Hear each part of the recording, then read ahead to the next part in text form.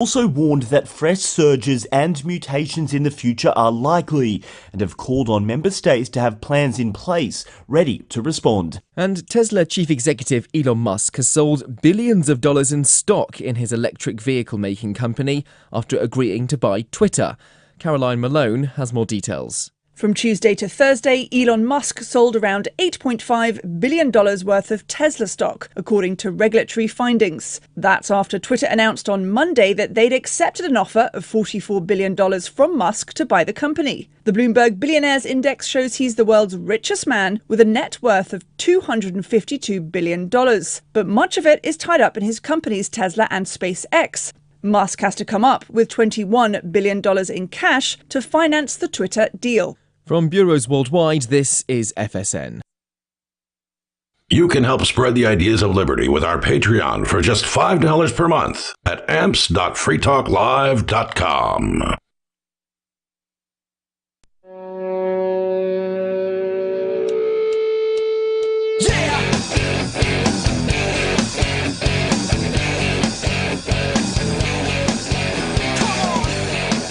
Free Talk Live. The phones are open, and you can join us here at 603-283-6160. That's 603-283-6160. Bitcoin.com, by the way, a great source to learn about crypto, including Bitcoin and Bitcoin Cash. If you're ready to get started and learn the basics, go to Bitcoin.com and just click Get Started at the top of the page. You'll find some useful introductory videos there that'll teach you about what you need to know, some of the important concepts that are new when it comes to cryptocurrency, new compared to the old government monies that we're used to. Go to Bitcoin.com, click Get Started at the top of the page, and you can also go to their news website anytime to get the latest news headlines from the world of crypto. Go to news.bitcoin.com to do that. That's news.bitcoin.com. Apologies to our video viewers over at video.freetalklive.com. Forgot to hit the start button. We never say that, Ian. We say we had a technicolty. No, it was me.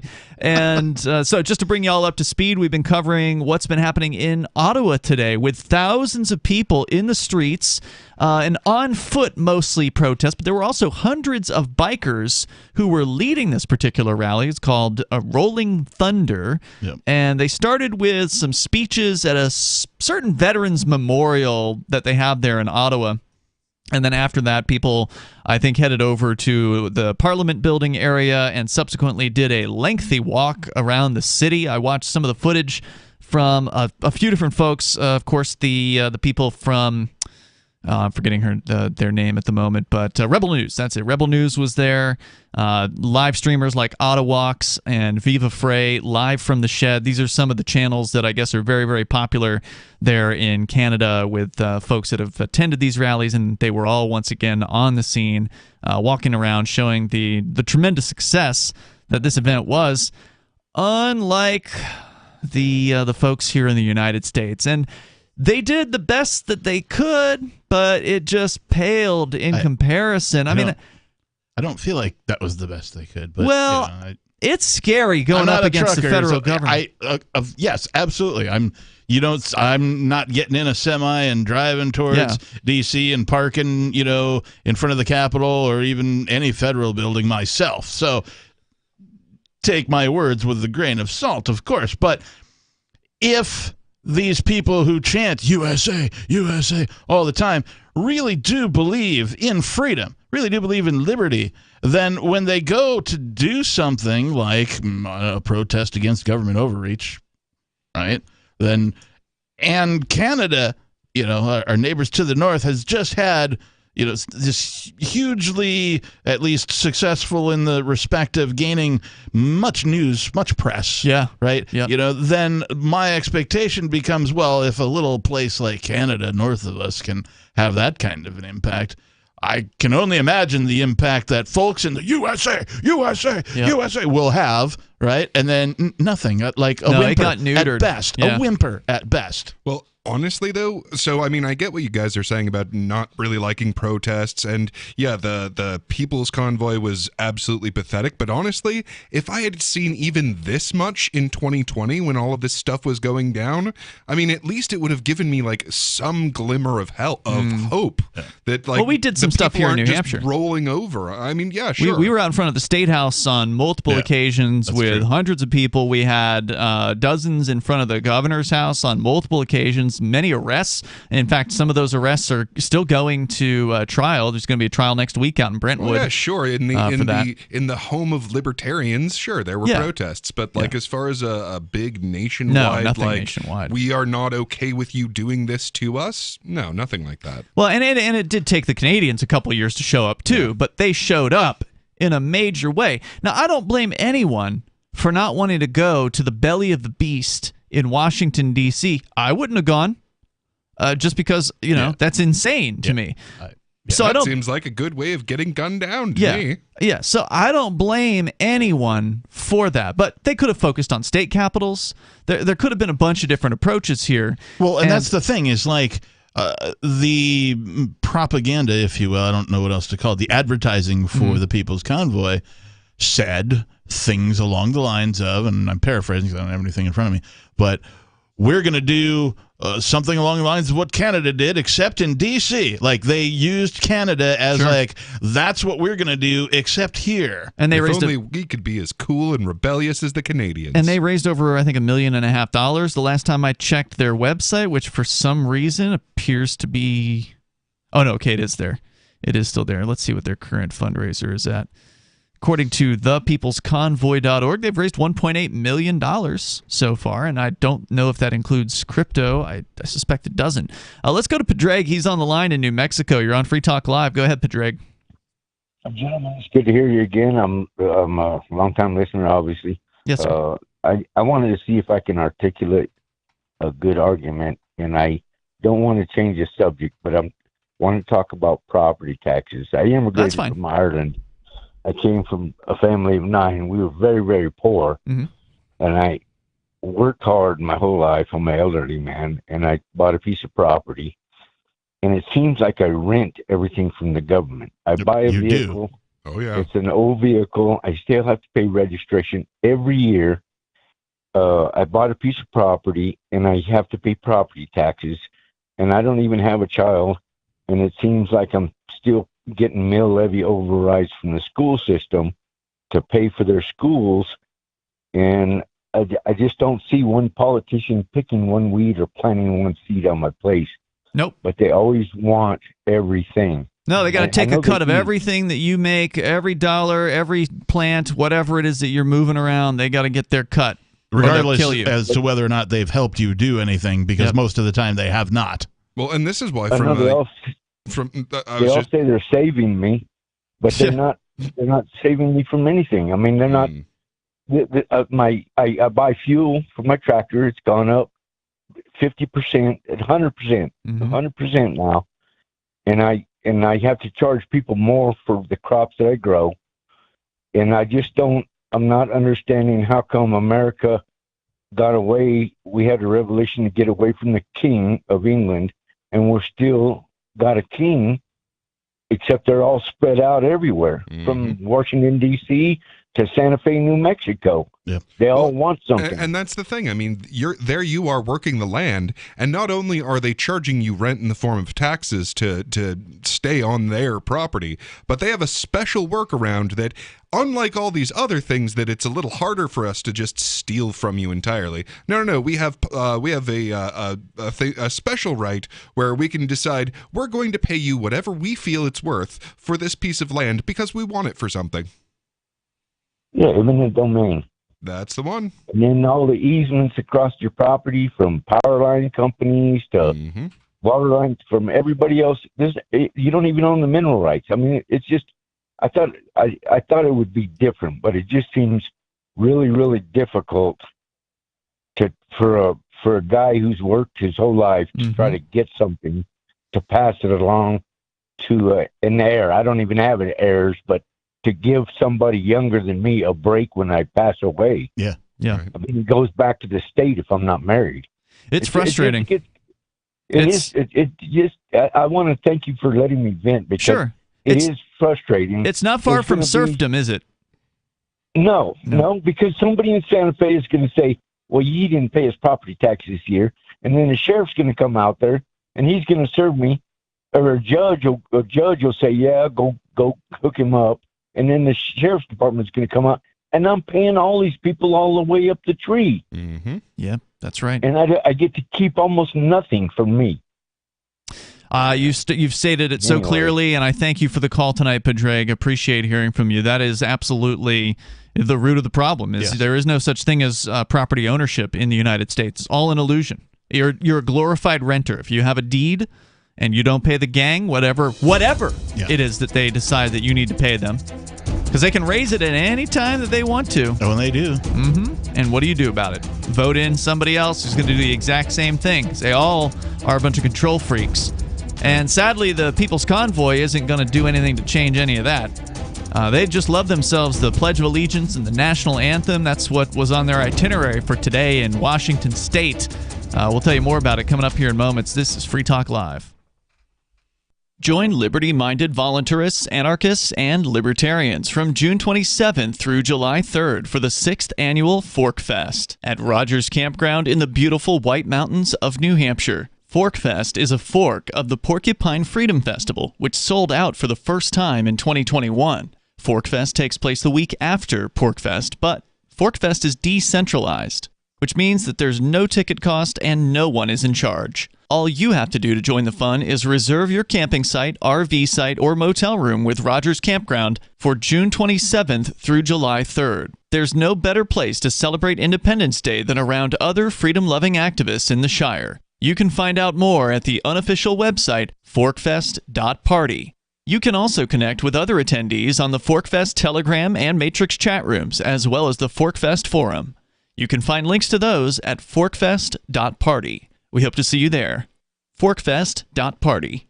The new 4th edition of Healing Our World, The Compassion of Libertarianism, will take your understanding of liberty to a deeper level and has over 1,300 updated references, new cartoons, and a foreword by Dr. Ron Paul. With discounts for multiple book purchases, the 4th edition of Healing Our World is a great gift for the liberals, pragmatists, environmentalists, and Christians in your life who think libertarianism is cold-hearted. Get yours today at healing.freetalklive.com and use promo code FTL for a $5 discount. There are lots of ways to listen to Free Talk Live. Our podcast has been around since podcasts began, and now the FTL feed is loaded with content besides our full show archives. Did you know that we make it easy for you to customize your podcast subscriptions? We have different feeds, one that includes only our full shows, one with just the Daily Digest, and our main feed that includes everything. You decide what you listen to. It's quick and easy to customize your feeds at feeds.freetalklive.com. That's feeds.freetalklive.com. This is novelist Tom Robbins. When my mother was diagnosed with glaucoma, her conservative Virginia physician told her there was only one treatment that might ease her pain and save her eyesight. That treatment was medical marijuana, which he could not prescribe. I offered to get her some and teach her how to use it effectively, but my father objected because marijuana was against the law. So my mother, who loved to read and walk in nature, was condemned to grow cruelly, unnecessarily blind. Tragedies like this happen all the time, but they don't have to keep happening. To learn more about medical marijuana, call the Marijuana Policy Project at 1-877-JOIN-MPP or visit them on the web at mpp.org. What if you want to hear the latest episode of Free Talk Live, but all you have is your phone, you forgot to download our archive, and you have no data connection? You can call our Listen line at 641-793-0191. That's a long-distance number, so you may incur charges. If not, listen as long as you want. 641-793-0191. The Free Talk Live Listen line, 641-793-0191. My name is Jacob Hornberger. I'm president of the Future of Freedom Foundation, which Congressman Ron Paul awarded for having an outstanding freedom website. Write us at fff@fff.org, and we'll send you a free 3-month subscription to our monthly journal of libertarian essays and our booklet, Economic Liberty in the Constitution, which George Mason University economics professor Walter Williams praised in a recent column. That's fff@fff.org. Yep, we still do email. Drop your email address in the entry box at freetalklive.com, and you'll be kept in the loop with Free Talk Live.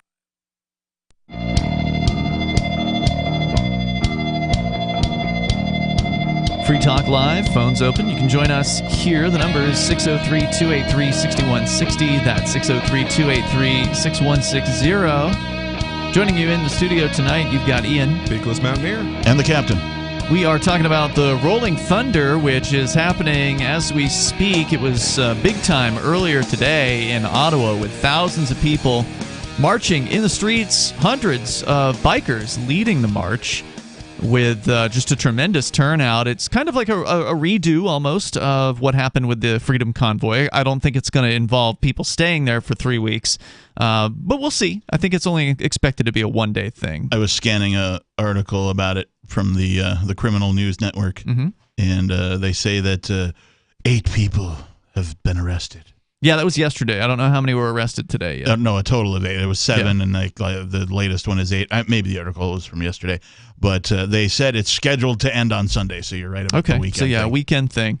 But this just goes to show the people of Canada are not happy with what has been done over there, which is to say there have been some lifting of the various different COVID-related restrictions and such, but it is not a complete lifting. They still have a vaccine mandate for traveling over airplanes and various other things I'm sure I'm not privy to, but these folks are mad enough where some people traveled from as far away as Saskatchewan, apparently, so almost across the entire country, to come to this event and once again occupy the streets of Ottawa. So that, again, is continuing as we speak there. We'll continue to give you updates as we hear more about that, but it led to us talking about the United States variant of this, the People's Convoy, which I wanted to report on it.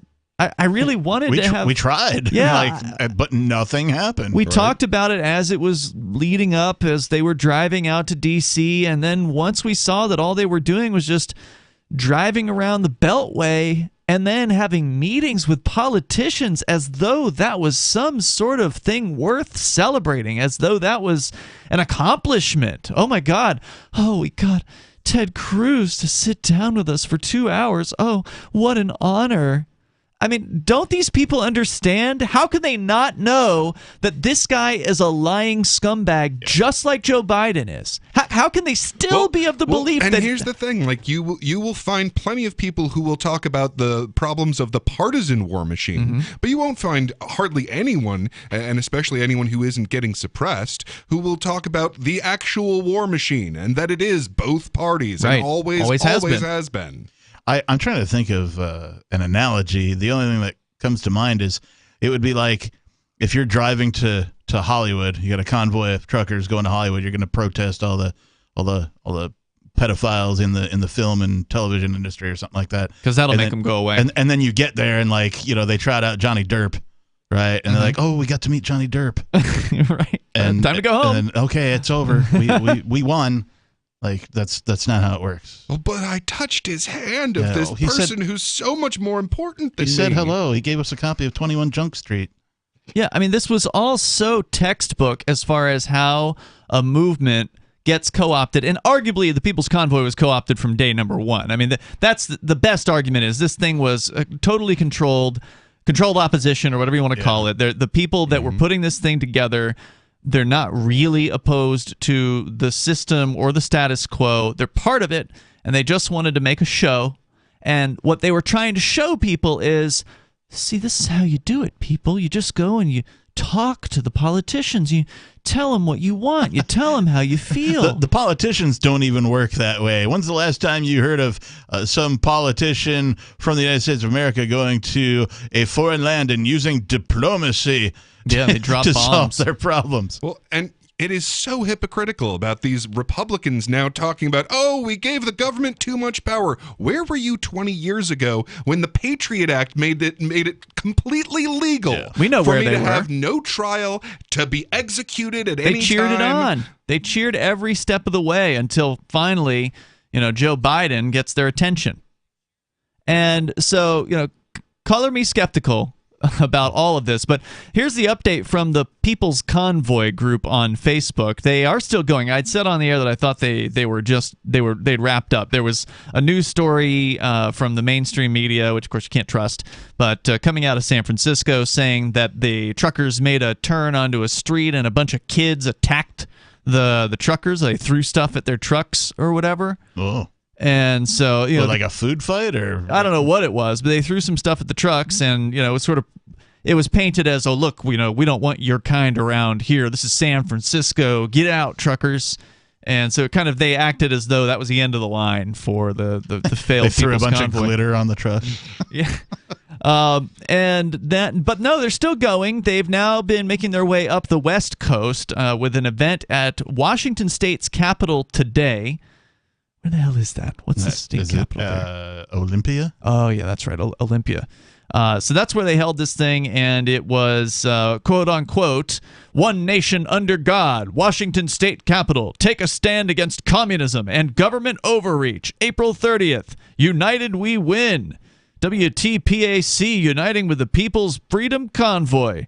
Final freedom train leaves," and they give times. And here's what they're going to do today. They have the Pledge of Allegiance, the national anthem, guest speakers, march around the Capitol, AROUMD, Capitol. They didn't do a good editing job on this flyer.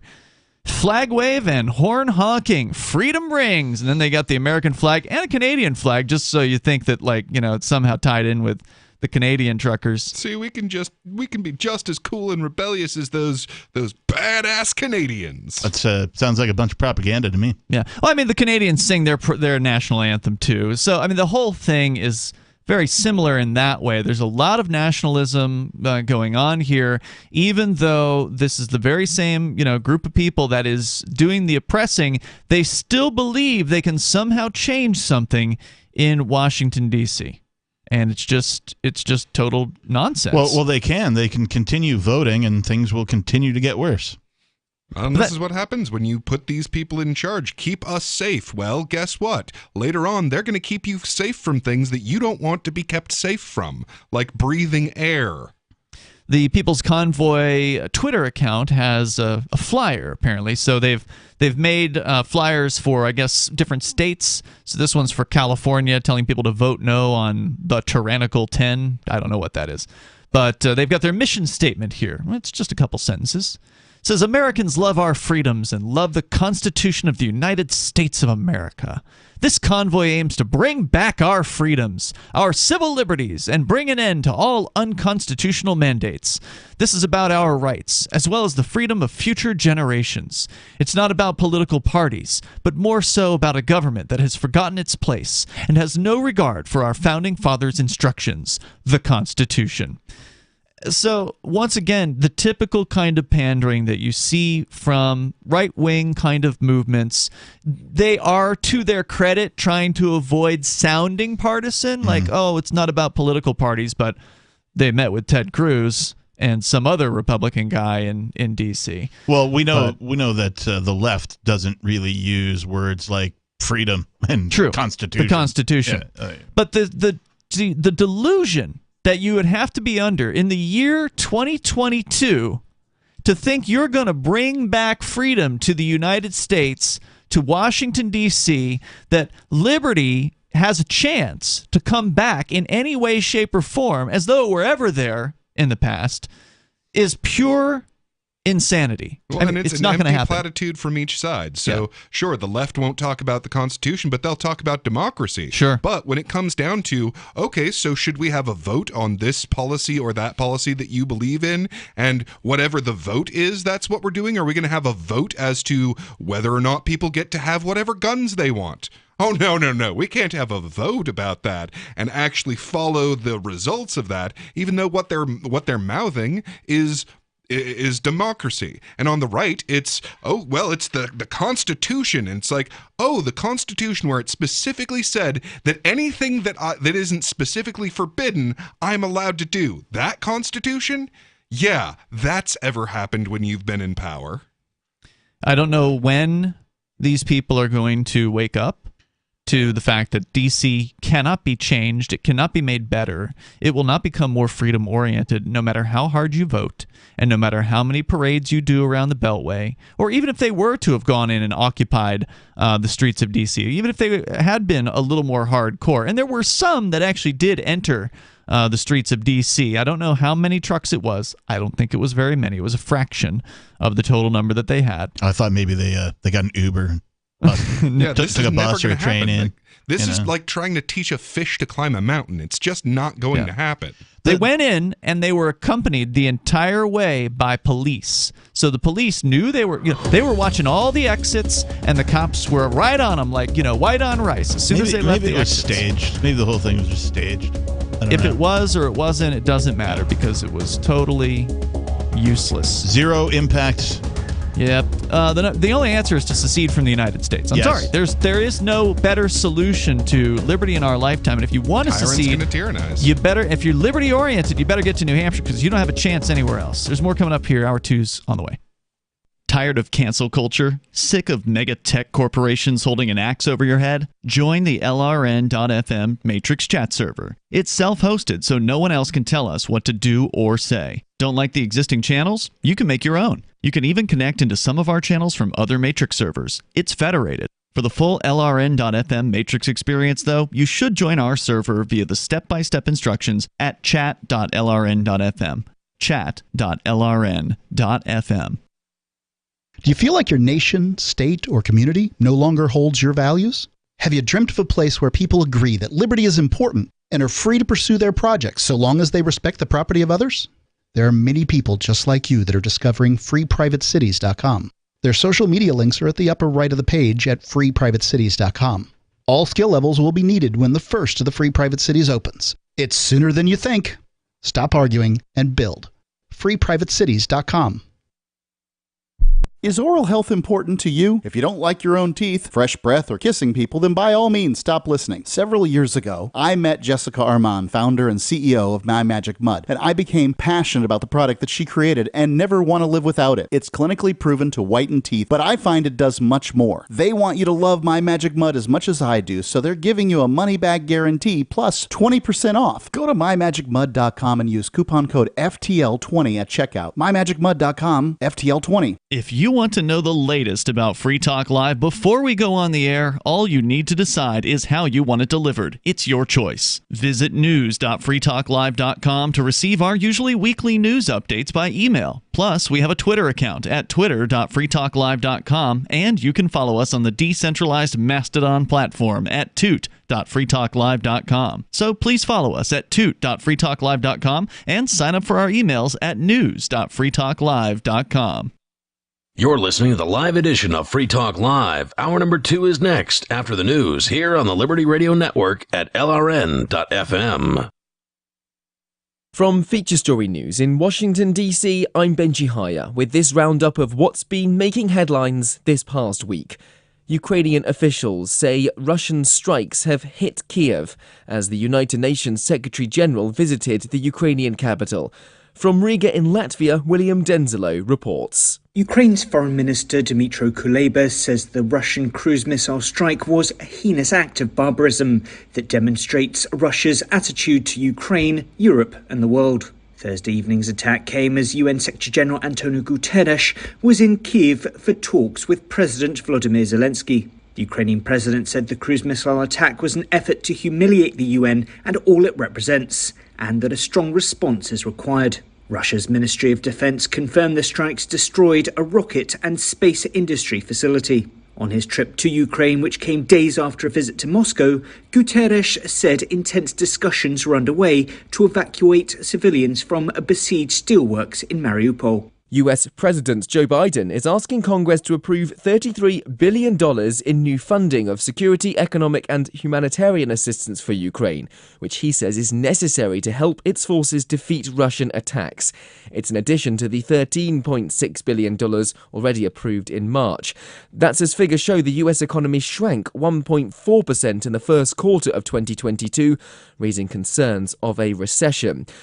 Elsewhere, the European Union's announced it'll begin winding back several COVID-19 measures. From Brussels, Trent Murray reports. Between 60 and 80% of the EU population is estimated to have been infected with COVID-19, according to new estimates from the European Commission. The data comes as the bloc prepares to enter what it describes as a post-emergency phase of the pandemic. With a recent drop in infections and deaths linked to coronavirus, the EU also says it will start moving away from mass testing and the reporting of cases. But they've also warned that fresh surges and mutations in the future are likely and have called on member states to have plans in place ready to respond. And Tesla chief executive Elon Musk has sold billions of dollars in stock in his electric vehicle-making company after agreeing to buy Twitter. Caroline Malone has more details. From Tuesday to Thursday, Elon Musk sold around $8.5 billion worth of Tesla stock, according to regulatory findings. That's after Twitter announced on Monday that they'd accepted an offer of $44 billion from Musk to buy the company. The Bloomberg Billionaires Index shows he's the world's richest man with a net worth of $252 billion. But much of it is tied up in his companies Tesla and SpaceX. Musk has to come up with $21 billion in cash to finance the Twitter deal. From bureaus worldwide, this is FSN. With FSN Spotlight, I'm Simon Marks. As we head into the third month of Russia's war on Ukraine, there's every indication that it is going to become a long, grinding conflict. But even if it is contained to Ukraine itself and does not drag NATO into direct conflict with Moscow, the Putin regime is now referring to the conflict as a proxy war between Russia and the United States. That was the phrase that Foreign Minister Sergei Lavrov used earlier this week, and Foreign Affairs analyst Tim Marshall thinks that on this occasion, Vladimir Putin's top foreign affairs advisor is right. He's not talking about a nuclear war. He's warning that you can't rule that out. It's because they're rattled. They saw the two American secretaries of state, Defense and the State Department, show up in Kyiv over the weekend and openly say what they're going to be giving the Ukrainians. They even listed the weapons. The Americans, I think, have made the calculation that they can shift this crisis from what was simply trying to manage it, damage limitation on the Ukrainian side, into a strategic opportunity to really inflict damage on the Russians themselves. So it is a proxy war, I'm afraid. Russia's Ministry of Education says children will be taught about the justification for the war when they return to Russia's classrooms for a new academic year in September, suggesting the Kremlin thinks the conflict will still be underway then. With FSN Spotlight, I'm Simon Marks. A reminder again of this week's top stories. Ukrainian officials say Russian strikes have hit Kiev as the United Nations Secretary-General visited the Ukrainian capital. US President Joe Biden is asking Congress to approve $33 billion in new aid for Ukraine, as figures show the US economy shrank 1.4% in the first quarter. And the European Union's announced it'll begin winding back several COVID-19 measures, including mass testing and case reporting. That's the latest feature story news. I'm Benji Haya in Washington. Geneticists gathered at a conference this week to debate the ethics of cloning human beings and compelling them to fight to the death in a rock-filled pit for our amusement. Experts at the conference reportedly discussed questions key to the scientific field, such as the morality of arming hundreds of clones with maces and pitting them against each other on a small platform surrounded by molten lava. Cloning humans and goading them into viciously battling certainly raises ethical questions. It's important that we consider this topic with an open mind. Whether or not we should be stranding clones on a desert island, assigning them weapons by a lottery system and making them murder one another tournament style remains a matter up for debate. And in this week's local news, a man is wearing a low-cut swimsuit as though a public pool is some kind of sun-kissed Sardinian cove. In other news, China's veteran reporters blast the decline of traditional state-run journalism. A new study finds human hearing is most acute when listening to arguing parents from the top of the stairs. And fireflies almost managed to salvage a local man's day. This is the Onion News Network.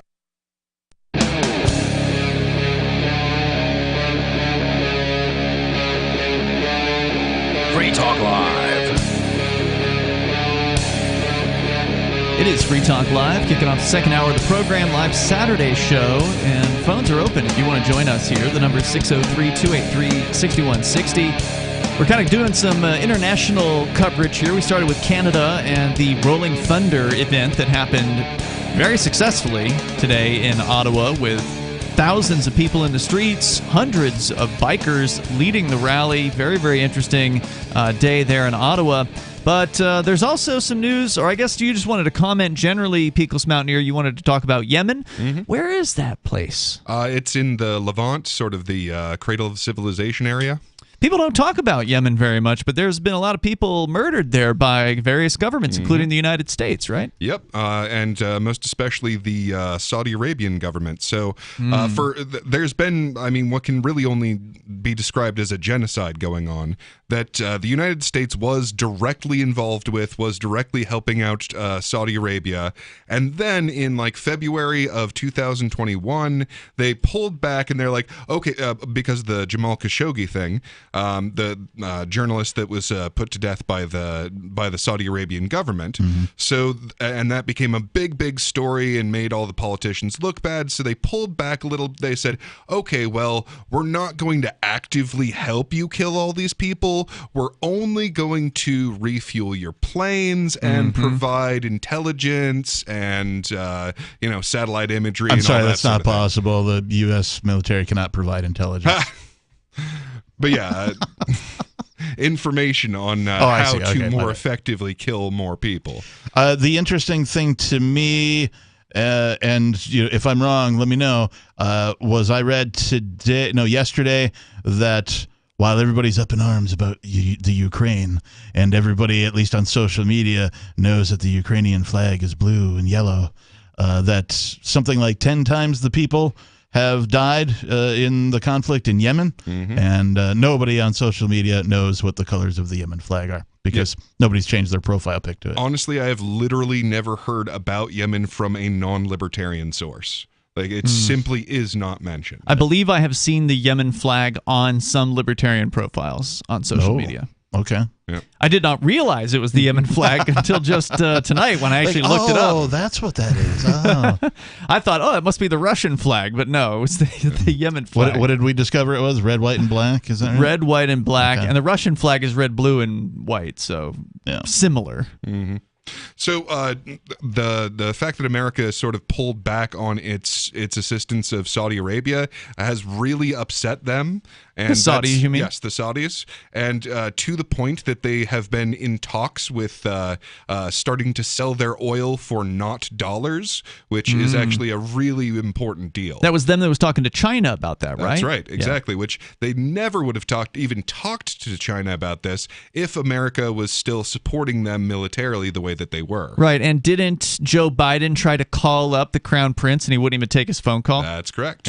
Yeah, they haven't spoken in quite a while. He's repeatedly tried to get a hold of him, and they're just not even picking up. Yeah, it's very interesting. So what have you heard recently about Yemen? Well, so for the last month or so, it's been the month of Ramadan, and they've I mean, these are both Muslim nations, right? So it's been sort of a month-long extended version of there's that story of how in World War II at Christmas they just like all refused to kill each other, right? And like met each other in the battlefield and like played soccer. Because and then went back to killing each other later. And then it's very much like that. Only it's the entire month of Ramadan has been a ceasefire, and they have said that they're going to continue the peace talks and that they are definitely going to have the ceasefire for at least another month. And I just want, everyone out there, like, if you believe in prayer, like, say a prayer for peace that actually goes through, because I am concerned that when Ramadan is over, that they are going to be tempted to go back to their genocidal, murderous ways. So I just what has the Saudi Arabian government got against Yemen, the people there? So they're the wrong kind of Muslims. I was going to ask that. Is it Sunni versus Shia? Yep. Which weird. side? So wait, Shia. It's a religious war? Yeah. Oh, well, weird. Always that has never been. happens, right? Yeah, it's just their version of the whole, Protestant versus Catholic, and let's, firebomb each other's homes over it. Only, modern and with modern technology to do it. But the fact that there has been this ceasefire is really good news in a world that is sorely needing some extra good news, and hopefully that's going to continue for the next month, because I know that it's possible that the U.S. is going to go, well, we really, really need Saudi Arabia to be our friends, and we really need to sell some extra guns, because that's what the U.S. does, is sell a lot of guns to everybody. And even if we have to give you the money to buy our guns, we'll sell you those guns. So I'm honestly concerned that the U.S. is going to make a shift and start supporting their destruction in Yemen again, and that might be enough to get them to go, well, Ramadan's over, and we still want to kill all of you, so... So, I do, however, think that our being aware of this does change how likely that is. It's one of those, when people are watching certain things, they are less likely to pull a fast one, True, unless, of course, they are choosing to be ignorant of what one side or the other is doing, which, of course, we're seeing in the Ukraine situation, where people are watching, quote-unquote, but they're only watching whatever it is the government or the mainstream media tells them. You're touching on something, and that is war is becoming a spectator sport. Right? Much like... Yeah, where they take a team and they go, rah-rah team. Yep. The other team's bad. Much like, NFL football or well, wasn't it NBA always basketball. like that, at least in our lifetimes? Well, I mean, to some extent, sure. If you look at the old colonial version of war, where it was, the red team over here and the blue team over here, and they line up in a perfect line and point their guns at each other, and everybody else standing around can watch without fear of getting shot. Yeah, but even in that case, they'd still torch buildings and destroy towns or whatever. So you could have gotten caught up if you were alive back then in whatever was going on. Whereas now the wars are all outside of the United States, and it's much more of a spectator. It's interesting to me because Gulf War I back in 91, I think, when that Sounds thing right. went down. Yeah, 90, 91. CNN had embedded reporters with the troops, and they were, live casting from inside of actual trucks and convoys, supply missions, that kind of a thing. And they had graphs and charts, and it was, they were making a video game out of the war. And for whatever reason, after that particular conflict, the news got away from doing all of that. Now, some say it's because it was glorifying war. Well, to some extent, the politicians are going to continue to have to glorify war in order to keep it going, because if people ever found out what the actual cost was, it would end tomorrow. Well, and that's certainly the policy that the media has put forward, because they learned their lesson from Vietnam by having all of these pictures coming back, by having footage of this. It definitely kept people glued to their television, but it got them to speak out against war. That was the thing about an enormous anti-war movement. So the thing about all the live televising of Gulf War was they never showed actual death. They never showed an actual explosion or a bomb landing. It was always just hanging out with the troops after, the thing had gone down, or before. Okay, these guys are getting ready for a night raid, and so we're going to talk to them about what preparations they're making. And then they wouldn't show the night raid, and then they'd interview them again after. Hey, how did it go? It's like the sideline reporters on any sportscast you've seen, and they always ask the same questions. That's what the news was doing to the troops who were fighting this particular battle.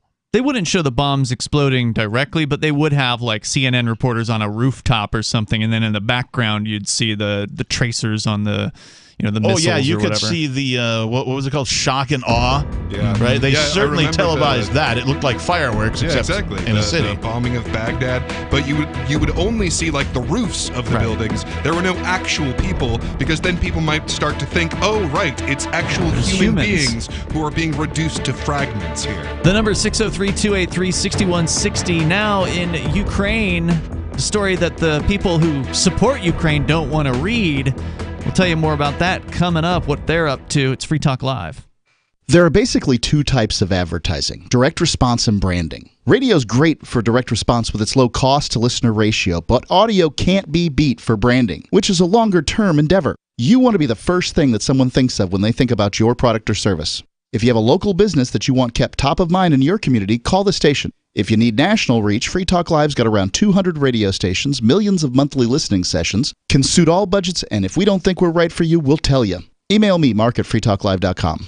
Brute force, intransigent defiance, adamantine will. These are the hallmarks of the AI tank. These gigantic machines have the firepower of an army, but they also have their own sense of honor and duty. When the world breakers arrive, battle will be joined, planets will shake, and war and peace will never be the same again. World Breakers. Stories from David Weber, Larry Correia, and more. Available August 3rd from BaneBooks.com. Looking for a great real estate investment? Consider New Hampshire, which is ground zero for the Liberty Movement. Your first call should be to Mark Worden from Porcupine Real Estate. He's more than just a real estate agent. He's your New Hampshire concierge. Where are the best places to live? Do you want farm, city, the burbs, or forest? Do you want a duplex or multifamily building so that renters pay your mortgage? There are homes in all price ranges in New Hampshire, and Mark can help with financing too. Invest in liberty and property. Mark Worden can help. PorcupineRealEstate.com. Are you tired of governments murdering people around the world? Stop using their money. There is an alternative. Bitcoin is a stateless, free market, non-political currency. Bitcoin cannot be inflated or controlled by any government. By using their money, you are helping the state. Stop doing it. You have an incredible alternative available now. Learn it, use it, spread it. Get started with Bitcoin at bitcoin.com. That's bitcoin.com. Why did you move to the Shire? I moved here to the Shire because there's other people around who take liberty just as seriously as I do. I moved to the Shire because I saw videos of people challenging authority and thought that I could get support myself. It called to me, like, do this right now. I wanted to be around people like me who got it, and once I got here, I knew there was nowhere else that I wanted to be. I've always wanted to change the world, so I moved to the Shire to join people who were actually working towards doing the same thing. The people here are awesome, loving, and positive. It was for the adventure and for the feeling of something important is happening here, and I just wanted to come to sort of be part of that. Visit ShireSociety.com to read and sign the Shire Society Declaration and learn the reasons why, if you love liberty, you should immigrate to the Shire. Plus, connect with others via the forum at ShireSociety.com. That's ShireSociety.com. There are lots of ways to listen to Free Talk Live. Our podcast has been around since podcasts began, and now the FTL feed is loaded with content besides our full show archives. Did you know that we make it easy for you to customize your podcast subscriptions? We have different feeds, one that includes only our full shows, one with just the Daily Digest, and our main feed that includes everything. You decide what you listen to. It's quick and easy to customize your feeds at feeds.freetalklive.com. That's feeds.freetalklive.com. So you've signed the Shire Society Declaration and are planning your move to New Hampshire to be around more liberty-oriented people. Next, sign up for the Shire Society Forum at forum.shiresociety.com. There are a bunch of people there who are already in the Shire, and they want to meet you. If you're already in the Shire physically, you should also come by the forums. Remember, not everyone uses Facebook. New people are signing up for the Shire Society Forum every month, so drop in and say hello at forum.shiresociety.com. Got Telegram? You can follow our channel there and discuss show prep with other listeners at telegram.freetalklive.com.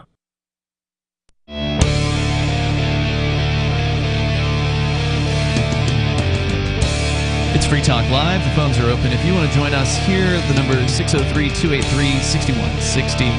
That's 603-283-6160. Coming up, the latest of the repression going on in the so-called freedom country of Ukraine. Here tonight, it's Ian, Beakless Mountaineer, and the captain. And it's such a free country that they can, lock up all of their political opposition. Yep, that's what we're going to get into here in just a moment. Again, the number is 603-283-6160. You can join us online, of course, anytime you want. Just head over to freetalklive.com and enjoy the features that are waiting for you there. I want to say thanks to Ala Loca, who is a Free Talk Live supporter of the AMPS Patreon, which stands for Advertise, Market, Promote, and Support. Ala Loca's gold level, which means she's doing at least $10 a month. So thank you, Ala Loca, for that level of support. We ask for 5, so really appreciate that. You get some cool benefits if you sign up over at amps.freetalklive.com. That's amps.freetalklive.com. We'll get into Ukraine in a moment, but we got David on the line in New Mexico. First up, David, you're on Free Talk Live. Yeah, plot twist.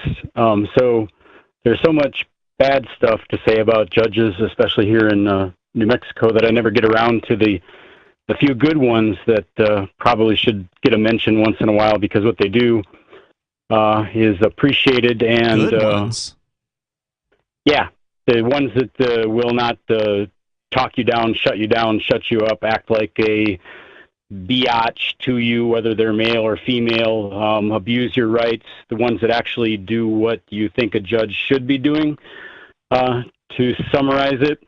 And so in the case of the Metro Court in Albuquerque, I found there happened to be 3 different examples, and I opened up the website for the Metro Court judges, and it might have discovered something here, because the ones that I were going to name, two out of the 3 that I was going to name as positive actually have risen to chief judge, one being Chief Judge Maria Dominguez, the chief judge of the, let's see, I forget which division she's in. I don't believe you can rise to any level of accomplishment in the so-called justice system without being an arch statist and sending tons of peaceful people to their doom. I mean, are you just saying they're doing their so-called jobs without being an a-hole, like not yelling at somebody as they send them off to a prison camp or whatever? Yeah, what I'm saying is that until Ian single-handedly does away with the judicial system nationwide, we're stuck with it. And as we're stuck with it, in my experience, there's some complete a-holes, and I've named a bunch of them, and I can name a bunch more that I haven't named. Sure. And what I'm doing is pointing out that within this system that needs some major reform, there are a few people that I have had positive experiences with on a repeated basis, and in an effort to change the system, I'm going to name them. So Chief Judge Maria Dominguez, the Chief Judge of the Metro Court in Albuquerque, and another one is Frank Cedillo. He happens to be the presiding judge of the Civil Division, and Victor Valdez. All right, well, for anybody that's going to go to court, there you go. Of course, you get a random choice of which judge you get there in wherever it is you go, so you can't request any of those judges, and of course they're all going to carry water for the state, and they're all going to do exactly what they're told to do. I do wonder what he considers a positive experience. I think he just means the dude's not a total a-hole, right? Like if you've been in front, thank you, David, for the call tonight. If you've been in front of judges, you know some of them are more likely to just snap at a moment's notice. They're just going to throw you in the clink for contempt just because you looked at them the wrong way, or you had a piece of gum when you walked in the room, or whatever it is. They got a hair up their butt, and they're going to take it out on the next person they have an excuse to do that with. Well, some people are less bad at wielding the unreasonable powers that we give these people. Yeah. I mean, a good judge would be somebody who actually sat up there and dismissed every single case that didn't have a victim. If that judge exists out there, I will go ahead and say that is a good judge. Well, and David, I would actually stand up for somebody like that. And David said something that continues to bother me. He brought up the word reform. Right. Now, first of all, in order for something to need reform, that first of all means that you've identified that whatever's going on, in this case, the judicial system, it isn't working. Mm-hmm. It's broken. It's not doing the thing that everybody thinks it's supposed to do. So then it needs to be reformed. Well, these things have all been reformed in one way or another over the course of a couple hundred years now. Right. And it's still broken. So I suggest that the next time you read a newspaper or you get some sort of notice in your mail or your local publication, or you get an email or something online where somebody talks about reform, just try this on for size. Just instead of pronouncing the word reform in your head as you're reading these things, put the word abolish or abolition in place of reform, and see if it makes more logical sense, because It does. Well, in the case of a court system, though, you don't want to just leave a vacuum there. What you want to do is replace it. I mean, you don't want to reform it either, because that obviously isn't working. But what we want, it's not that we don't want courts. Courts are great. Like, we need we have disputes to resolve. What we need is to replace this court system with one that's voluntary. I don't like to even refer to them as a court system, because everybody thinks government when you say court system. They can't think outside of that. When you just said just now, we need courts, we need court system, everybody who's a statist went, yeah, we do, because that's what we have. And you've confused people. So you're suggesting arbitration instead? What we need is a new innovation in dispute resolution. Well, so, I mean, where the word came from was the court of the king, right? Yeah. So I think that the ideal system is one in which each and every one of us is a king. Like, I'm king, you're king. Yeah, that's what king. It means to be a sovereign. Exactly. Yes. Each one of us being sovereign. Or a captain. So, like, the idea of there being a court for each of us does kind of make sense. But I can see how it's sort of like people see the king as the government. Like, the government is the king that owns them, and, oh, you are violating the king's peace by doing whatever actual behavior that doesn't harm anyone. Right. And what you're suggesting, though, if we abolish government courts, right, what you're suggesting is they don't need to be replaced, because we already have the things that would replace it. We have arbitration, as Ian mentioned. Right, we have other forms of dispute resolution. We can look to the past for a lot of the solutions to these things. The Irish used to have voluntary organizations known as Tuatha, and they would identify somebody within each of their Tuatha, their communities, if you will. A respected person. A respected person who was smarter than the average bear, whom everybody sort of agreed on. When they couldn't solve the problems themselves, will you agree to go see this person? Yes, we will. Okay, so we have these things. They just need a chance, because government claims a monopoly on these services. So outside of things like international business law, arbitration has a very niche market for like corporate entities and stuff like that. It doesn't have a daily impact on anybody's lives, as far as a common man is concerned. Nobody goes to another person and goes, hey, outside of libertarian circles, hey, we should arbitrate this dispute. All right? Because that's just not how it happens. Everybody looks to the government. Well, there's a lot of corporations that if you want to interact with them, you have to agree to an arbitration if there's... Almost all of them. Yeah. Yep. It's in that contract that you didn't read. Yep. The terms and conditions. The number is 603-283-6160. You can join us here, share your thoughts. How do you reform, so-called, or abolish the court system? Because if you don't have something to replace it with, a lot of people are going to oppose the idea. So the protection of life, liberty, and property is what the Free State Project is all about. But it's an effort to move 20,000 people who understand. It's about demonstrating to the entire country that, we can have a free market, a truly free market. Making it just a freer, great place to live. It's the world's largest voluntarist libertarian community, and it's only getting bigger. That's amazing. To be able to move to a place where other people passionately believe in being free and independent. What the Free State Project is managing to do, though, is to put their money where their mouth is. It's physically getting up across the country and saying, let's go someplace and let's demonstrate the power of these ideas. There's a lot of kind of philosophy that surrounds liberty. There's a lot of thinking about it and talking about it. But here in New Hampshire, people are doing it. 101 Reasons Liberty Lives in New Hampshire, a documentary by Free State Project early movers. Watch it free at 101reasonsfilm.com. 101reasonsfilm.com. From Feature Story News in Washington, D.C., I'm Benji Haya with this roundup of what's been making headlines this past week. Ukrainian officials say Russian strikes have hit Kiev as the United Nations Secretary-General visited the Ukrainian capital.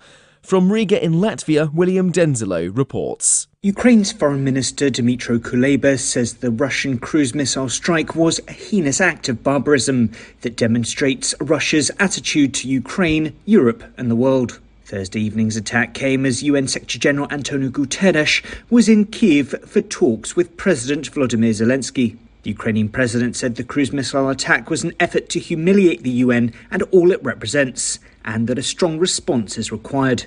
Russia's Ministry of Defense confirmed the strikes destroyed a rocket and space industry facility. On his trip to Ukraine, which came days after a visit to Moscow, Guterres said intense discussions were underway to evacuate civilians from a besieged steelworks in Mariupol. US President Joe Biden is asking Congress to approve $33 billion in new funding of security, economic and humanitarian assistance for Ukraine, which he says is necessary to help its forces defeat Russian attacks. It's in addition to the $13.6 billion already approved in March. That's as figures show the US economy shrank 1.4% in the first quarter of 2022, raising concerns of a recession. Elsewhere, the European Union's announced it'll begin winding back several COVID-19 measures. From Brussels, Trent Murray reports. Between 60 and 80% of the EU population is estimated to have been infected with COVID-19, according to new estimates from the European Commission. The data comes as the bloc prepares to enter what it describes as a post-emergency phase of the pandemic. With a recent drop in infections and deaths linked to coronavirus, the EU also says it will start moving away from mass testing and the reporting of cases. But they've also warned that fresh surges and mutations in the future are likely, and have called on member states to have plans in place ready to respond. And Tesla chief executive Elon Musk has sold billions of dollars in stock in his electric vehicle making company after agreeing to buy Twitter. Caroline Malone has more details. From Tuesday to Thursday, Elon Musk sold around $8.5 billion worth of Tesla stock, according to regulatory findings. That's after Twitter announced on Monday that they'd accepted an offer of $44 billion from Musk to buy the company. The Bloomberg Billionaires Index shows he's the world's richest man with a net worth of $252 billion. But much of it is tied up in his companies Tesla and SpaceX. Musk has to come up with $21 billion in cash to finance the Twitter deal. From bureaus worldwide, this is FSN. Our Matrix server is about as free as internet chat can be. Join the existing rooms or create your own at chat.freetalklive.com. Free Talk Live. The phones are open. Live Saturday edition continuing. You can join us. The number 603-283-6160. Here tonight, it's Ian, Nicholas Mountaineer, and Reverend Captain Kickass. 603-283-6160. We're going to get into Ukraine and the crackdown on dissent in the supposedly free country of Ukraine. That's what they keep telling us in the mainstream media. That's what Biden they keep telling them. people in the USA, too, that it's the land of the free, home of the brave, when it's really the land of the fee and the home of the slave. We go to more of your calls and thoughts. You can join us online, of course, at freetalklive.com. We do have a social media site. It's social.freetalklive.com. It's open source. Mastodon system is what it's based on. And it means we're running the software. It's not some sort of big tech mega corporation that's doing it. It works a lot like Twitter. In fact, that's what it was designed to do.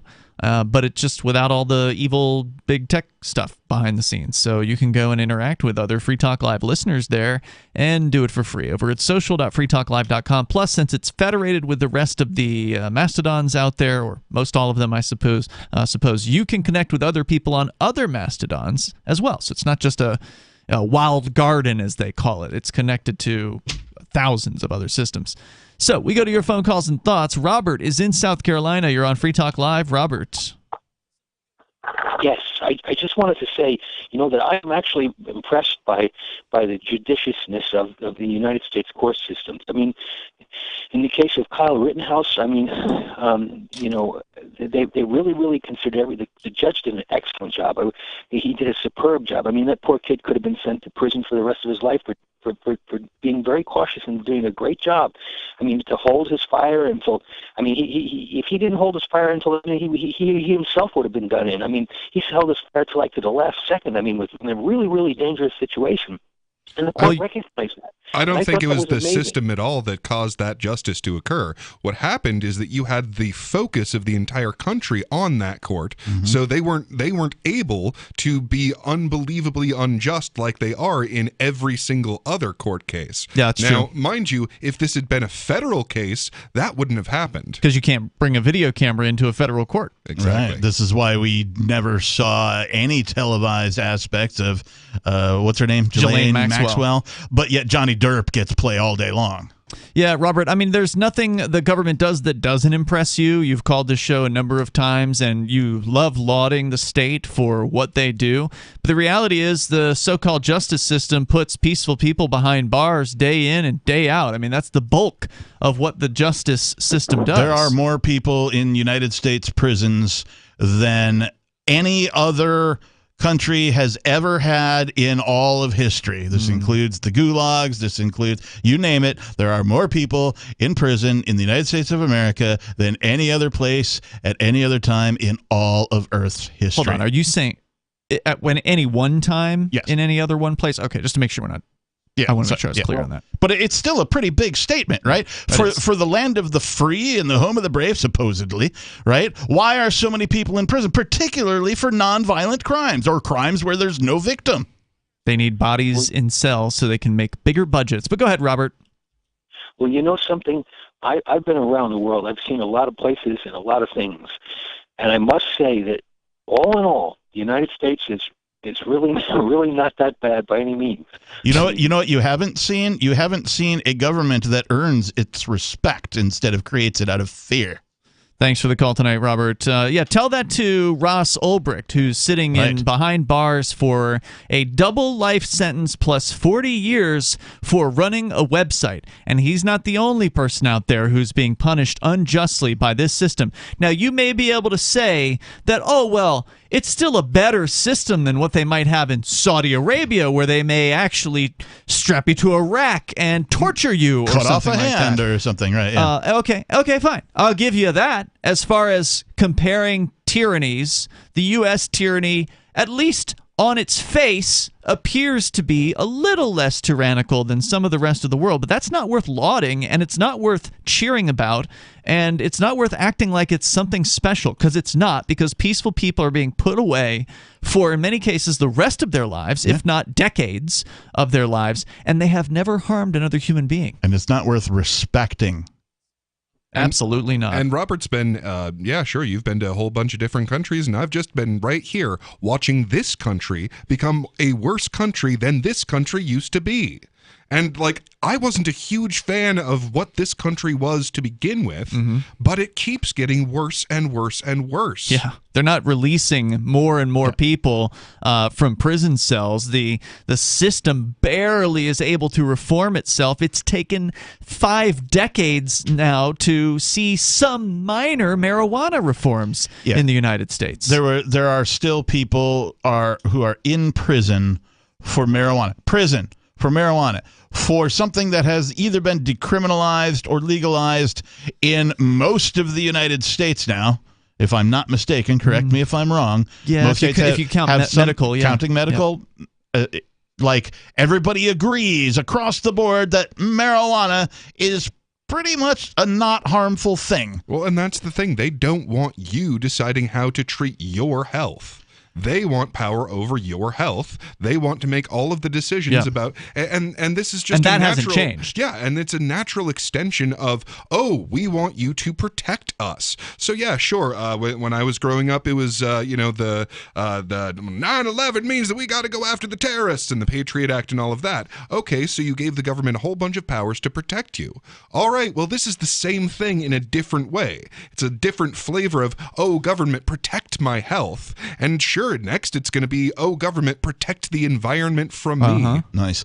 And just to further illustrate the prison thing, people who were convicted of marijuana offenses in the states where it's completely legal across the board, recreational, medical, otherwise, Washington State, Colorado, those 2 states specifically, if you were busted for some sort of marijuana offense that landed you in prison and you're still in there, tell me why. Why are you in there? It's completely legal. The first thing they should have done when both of these states legalized this thing is released the people who were convicted of marijuana offenses, but they did not do that. They are still in frickin' jail. And that's what proves that the point of this was never that we have actual justice. It's not that, like, you did a bad thing, therefore you're being punished. No. If that was the case, then we would let people out of jail when the law changes. When we go, oh, we were wrong to punish you for doing this thing. No, it is about your obedience. Yes. We had a rule and you didn't obey it, so you stay right where you are. Yeah, and it's also political. I mean, this is the politicians are people who, when they see a parade, they run out in front of it and they act like they were there the whole time. And the same thing, they're licking their finger, sticking it up in the wind, like, oh, people are saying they want to legalize cannabis. Well, I'm going to go for that. That's now my issue, and they run with that. But no one has actually learned any lessons about prohibition here. Yeah. This is just a political opportunity for these politicians to stay in office, to gain some brownie points for the next election, because at the same time as we're seeing cannabis being decriminalized, in the news this week, the FDA is now going to outlaw menthol cigarettes at the national level. They also, in the last couple of years, increased the age of purchase for all cigarettes from 18 to 21 nationwide. They're completely open about the fact that they are doing this because they are racist. The reason that they are illegalizing menthol cigarettes is because they have a higher usage in African American communities, and and they admit this is why we're doing it. We don't believe that African Americans can choose whether or not they smoke cigarettes, so we're going to illegalize the ones they like. I do want to tell you guys that there is a completely 100% natural alternative to help kids today discontinue vaping. It's called cigarettes. Well, they haven't banned vapes yet, but that's probably coming. The number 603-283-6160. So, now they're going to start putting people away for selling black market cigarettes instead of marijuana, which, of course... Wasn't that how George Floyd started? He was selling Lucy's, yeah. George Floyd was selling Lucy's? Yeah. Wasn't it George Floyd? I might be. Or are you thinking of the guy in New York City? I am thinking of the guy in New York City. I can't breathe. Yeah. No, that was George Floyd. Yeah. But they also choked out the guy in New York City. Maybe he didn't have a chance to yell, I can't breathe. More coming up here in moments. You can join us, 603-283-6160, and you can share your thoughts here on Free Talk Live. Do you ever say, I could care less, when you really mean the opposite? You mean to say, I couldn't care less. It's a common mistake. You are judged by how you speak, especially if you're looking for work, with so many more applicants than openings now. But even if you're not, avoiding common misstatements will help you make the most of the dozens of conversations and transactions that crowd your daily routine. So whatever you say, don't say whatever as a single word sentence. It's the most annoying expression in the American English language, according to a recent poll. And avoid cliches like the plague. Just kidding. But seriously, at the end of the day, you'll want to avoid this scenario, sounding like everyone else. For more tips, hit survivalspeech.com. I'm Holland Cook. The new 4th edition of Healing Our World, The Compassion of Libertarianism, will take your understanding of liberty to a deeper level and has over 1,300 updated references, new cartoons, and a foreword by Dr. Ron Paul. With discounts for multiple book purchases, the 4th edition of Healing Our World is a great gift for the liberals, pragmatists, environmentalists, and Christians in your life who think libertarianism is cold-hearted. Get yours today at healing.freetalklive.com and use promo code FTL for a $5 discount. What if you want to hear the latest episode of Free Talk Live, but all you have is your phone, you forgot to download our archive, and you have no data connection? You can call our Listen line at 641-793-0191. That's a long-distance number, so you may incur charges. If not, listen as long as you want. 641-793-0191. The Free Talk Live Listen line, 641-793-0191. Free Talk Live. The vast majority of the, quote-unquote terrorists that are acting supposedly in the name of Islam those people are not actually Muslims. They are nominally Muslim in the same way that a large percentage of Americans, when asked on a questionnaire, will say, yeah, I'm a Christian. Right. But they couldn't necessarily tell you all of the tenets of the faith. Most of the people in the U.S. military claim to be Christian, and they're killing people overseas. Not in the name of Christianity, but in the name of America, because God is on our side. So, you do have, to some extent, Christians killing people. Free Talk Live, 7 nights a week from 7 to 10 Eastern, live on the Liberty Radio Network at LRN.FM. Tired of cancel culture? Sick of mega tech corporations holding an axe over your head? Join the LRN.FM Matrix chat server. It's self-hosted, so no one else can tell us what to do or say. Don't like the existing channels? You can make your own. You can even connect into some of our channels from other Matrix servers. It's federated. For the full LRN.FM Matrix experience, though, you should join our server via the step-by-step instructions at chat.lrn.fm. Chat.lrn.fm. Are you tired of your taxes funding endless occupations around the world? Antiwar.com is run by people who understand that wars abroad become wars at home, wars on our freedoms. Antiwar.com is dedicated to bringing you the latest in news, views, interviews, and reviews from the top movers and shakers in the anti-occupation movement. Antiwar.com has it all, from thorough foreign policy analysis to interviews with whistleblowers who used to run the military-industrial complex. Anti-war, pro-free market. That's antiwar.com. You can stick it to the man and big tech. Join our FTL social mastodon at social.freetalklive.com.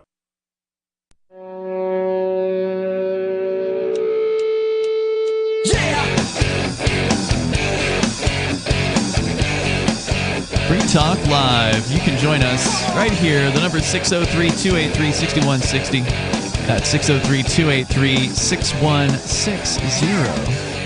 People are still in the streets in Ottawa. The numbers are down significantly from earlier today, but maybe there's going to be more out there tomorrow. We'll keep you in the loop as if this continues to develop. It was supposed to be a big day today, and don't know what else, if anything, is scheduled there. But if you missed that part of the show, you can grab it later on tonight over at freetalklive.com. We spent about the first hour on what's been going on in Canada in the last 48 hours. With you tonight, it's Ian. Beakless Mountaineer. And the captain. Now we're going to shift over to Ukraine, where the Western mainstream media and the United States federal government is painting the Ukraine government as this freedom-oriented place. Hey, this is a freedom battle. We got to defend the freedom side. Russia bad. Kremlin bad, Ukraine good, Ukraine freedom, Ukraine liberty. According to before we get into that, I do just want to offer a quick correction. I thought that Yemen was north of Saudi Arabia. It's actually south. So. Oh, had you said that on the air? Yeah, I didn't notice it. Otherwise, I should have said something. But sorry about that, everybody. No worries. So this is from Kharkiv, which is the second largest city in Ukraine. The Associated Press, surprisingly, reporting on this. Victor appeared nervous as a masked Ukrainian security officers, or multiple officers, in full riot gear, camouflage, and weapons pushed into his cluttered apartment in the northern city of Kharkiv. His hands trembled, and he tried to cover his face.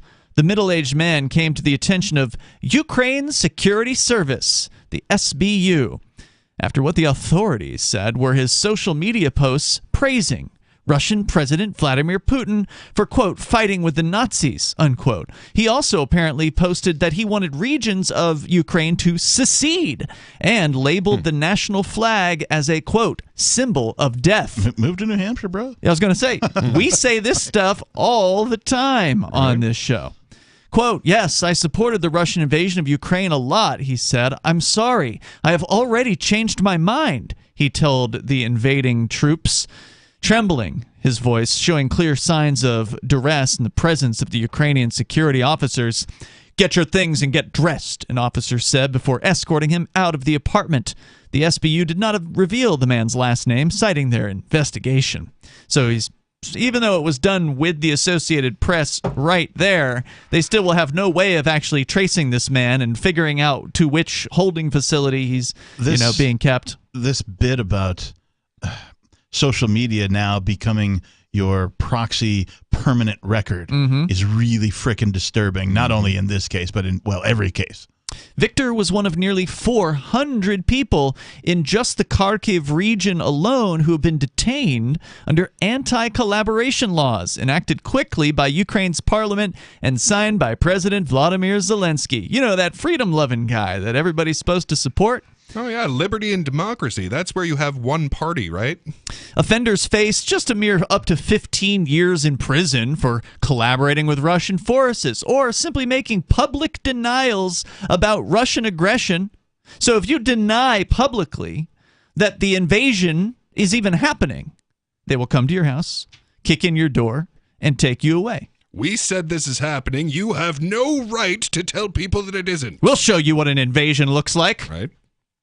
Tell us that there's no invasion happening. Anyone whose actions results in deaths could face life in prison. Or if you post anything about supporting Moscow. Quote, accountability for collaboration is inevitable, and whether it will happen tomorrow or the day after tomorrow is another question, said Zelensky. He went on saying, quote, the most important thing is that justice will be served inevitably. And I gotta say, like, when your opponent is claiming that a bunch of people in your country want to be part of their country, and your response to this includes, well, we're going to go ahead and lock up anyone who claims that they want to be part of your country. That's right. Doesn't really give you a lot of credibility. Yeah. Yeah. Again, governments do not earn respect. Right. They only gain it through fear and intimidation and coercion.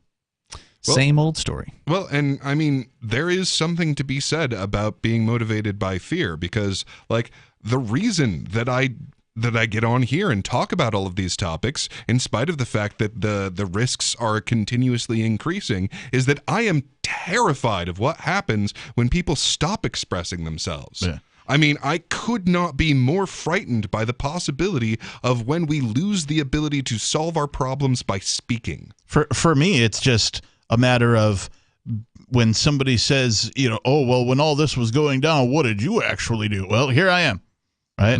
I'm on nationally broadcast frickin' radio. I'm at least speaking out about all of this crap. Thankfully, we can still do that. Yeah, because and when we're silenced, when that happens, and if you think that it hasn't been on their minds, I beg to differ. But when that happens, well, they did raid the studio a year ago, a couple of times now. Well, and people think that there's nothing they can do. I mean, like, if you really want to do something, move to New Hampshire. If you're libertarian, yeah, right, come on exactly. If you really want to do something to, like, live in a world that is less controlled by government, you can do that. Or if you don't have, like, the ability or the inclination to go that far, you could at least learn how to run a cryptocurrency wallet so that you can start picking away at the infinite power that these people have. Oh, you just reminded me about another story that I had from Ukraine, where they are now prohibiting people in Ukraine, so Ukrainian folks, from using the local currency. I don't remember what it's called. It is the hryvnia. Yeah. I had something on that as well for show prep. Coindesk.com reporting on this one that individuals in Ukraine are now being prohibited from using the hryvnia from purchasing cryptocurrency with their local currency. And in fact, if they want to purchase cryptocurrency, they have to do so with a foreign currency. Correct. And they limit that as well. Up to $3,400 worth per month. Right. Is what they can do. Yeah. Now, this is after...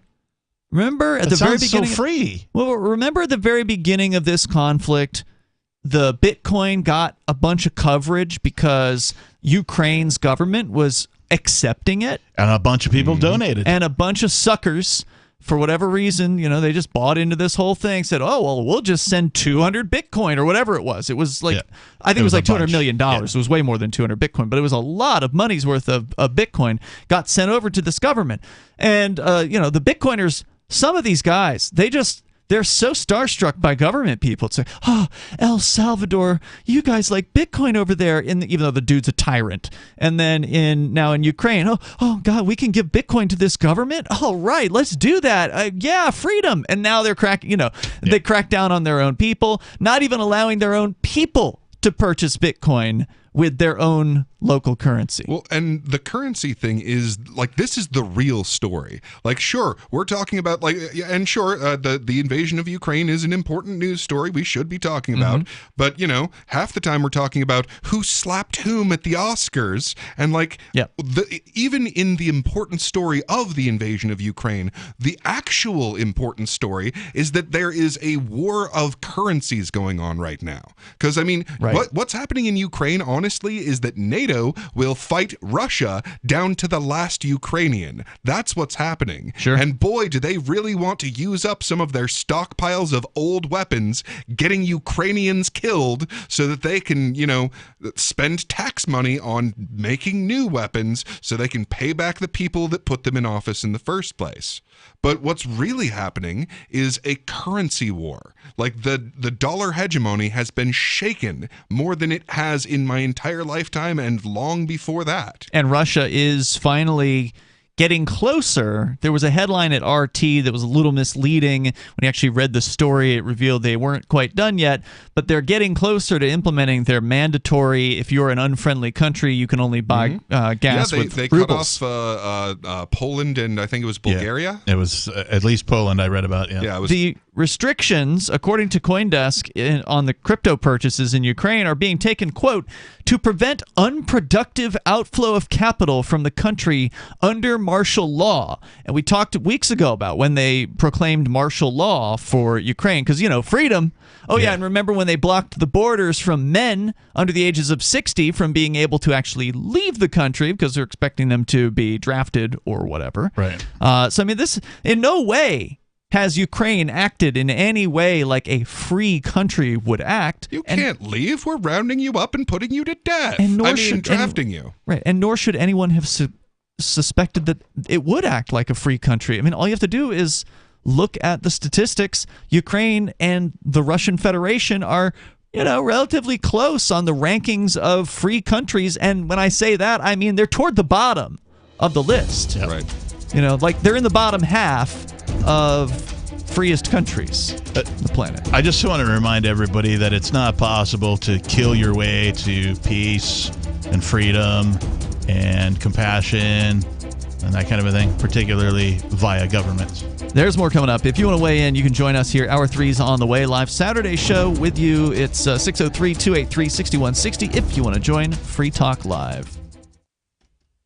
If you want to know the latest about Free Talk Live before we go on the air, all you need to decide is how you want it delivered. It's your choice. Visit news.freetalklive.com to receive our usually weekly news updates by email. Plus, we have a Twitter account at twitter.freetalklive.com, and you can follow us on the decentralized Mastodon platform at toot.freetalklive.com. So please follow us at toot.freetalklive.com and sign up for our emails at news.freetalklive.com. Do you feel like your nation, state, or community no longer holds your values? Have you dreamt of a place where people agree that liberty is important and are free to pursue their projects so long as they respect the property of others? There are many people just like you that are discovering freeprivatecities.com. Their social media links are at the upper right of the page at freeprivatecities.com. All skill levels will be needed when the first of the Free Private Cities opens. It's sooner than you think. Stop arguing and build. freeprivatecities.com. I'm a little obsessed with My Magic Mud. Several years ago, I met Jessica Armand, the founder and CEO of My Magic Mud, and I didn't even know my teeth were coffee stained. A week's worth of use convinced me, and now I use it every 3 or 4 days. It's clinically proven to whiten teeth, and I think it cleans better, too. My Magic Mud's available at most local health food stores, Sprouts, Natural Grocers, CVS, Walmart's Natural Beauty Aisle, but I can get it for you for 20% off with coupon code FTL20 at mymagicmud.com. FTL20 mymagicmud.com. There are lots of ways to listen to Free Talk Live. Our podcast has been around since podcasts began, and now the FTL feed is loaded with content besides our full show archives. Did you know that we make it easy for you to customize your podcast subscriptions? We have different feeds, one that includes only our full shows, one with just the Daily Digest, and our main feed that includes everything. You decide what you listen to. It's quick and easy to customize your feeds at feeds.freetalklive.com. That's feeds.freetalklive.com. You're listening to the live edition of Free Talk Live. Hour number 3 is next after the news here on the Liberty Radio Network at LRN.FM. From Feature Story News in Washington, D.C., I'm Benji Haya with this roundup of what's been making headlines this past week. Ukrainian officials say Russian strikes have hit Kiev as the United Nations Secretary-General visited the Ukrainian capital. From Riga in Latvia, William Denzilo reports. Ukraine's Foreign Minister Dmytro Kuleba says the Russian cruise missile strike was a heinous act of barbarism that demonstrates Russia's attitude to Ukraine, Europe and the world. Thursday evening's attack came as UN Secretary-General Antonio Guterres was in Kyiv for talks with President Volodymyr Zelensky. The Ukrainian president said the cruise missile attack was an effort to humiliate the UN and all it represents, and that a strong response is required.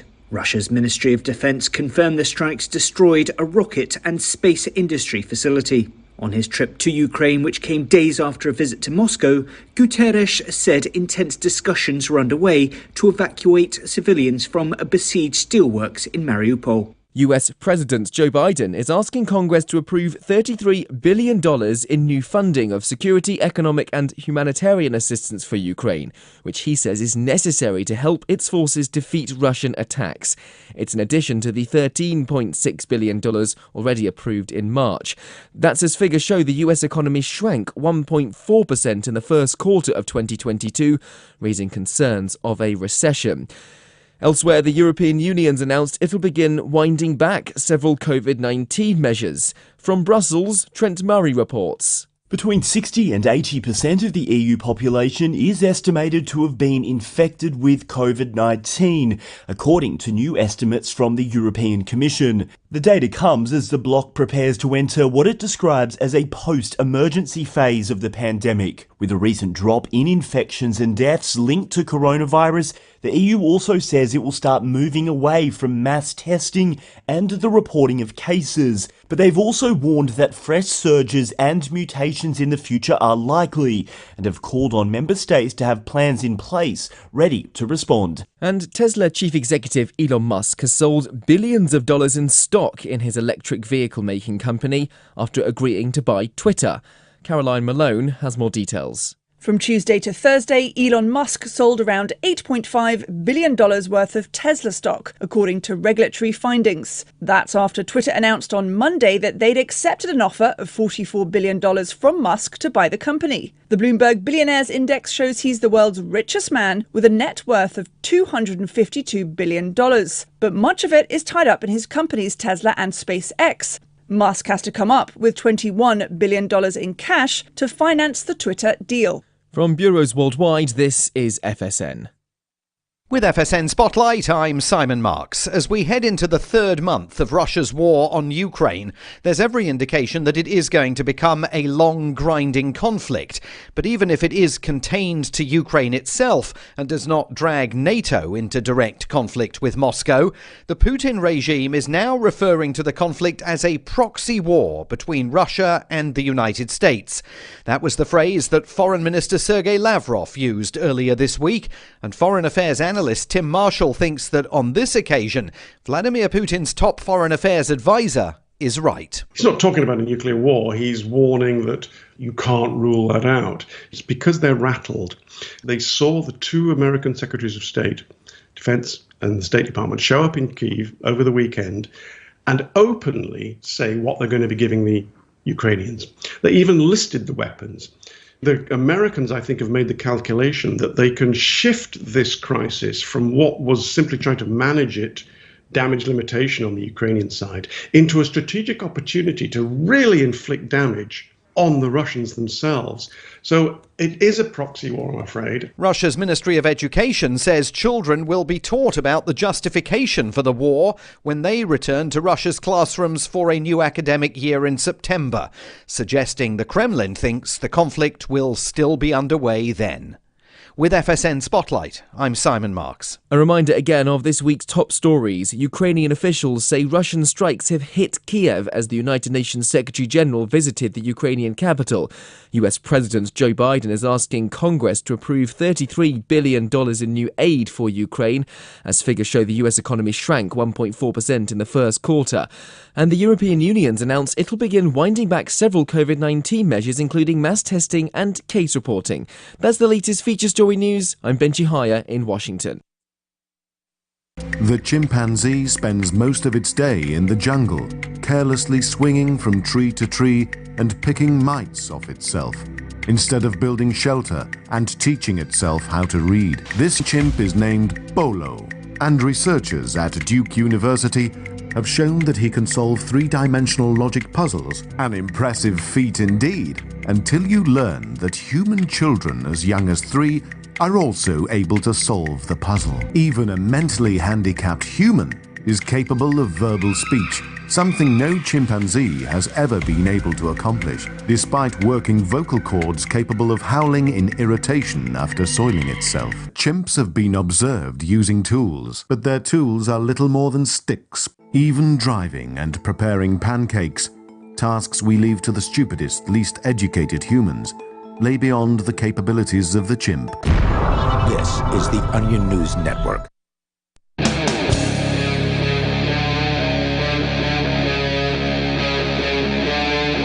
Free Talk Live.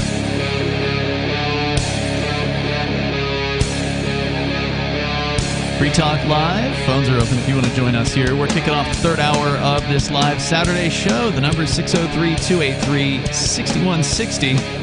That's 603-283-6160. Here tonight, it's Ian, Big Coast Mountaineer, and the Reverend Captain Kickass. Of course, you can bring up anything. We've been covering some international news. In Canada, in Ottawa, there were thousands of people in the streets today protesting the various different COVID-related restrictions, along with hundreds of bikers this time. Not the truckers this time. The bikers led the protest, which is very interesting.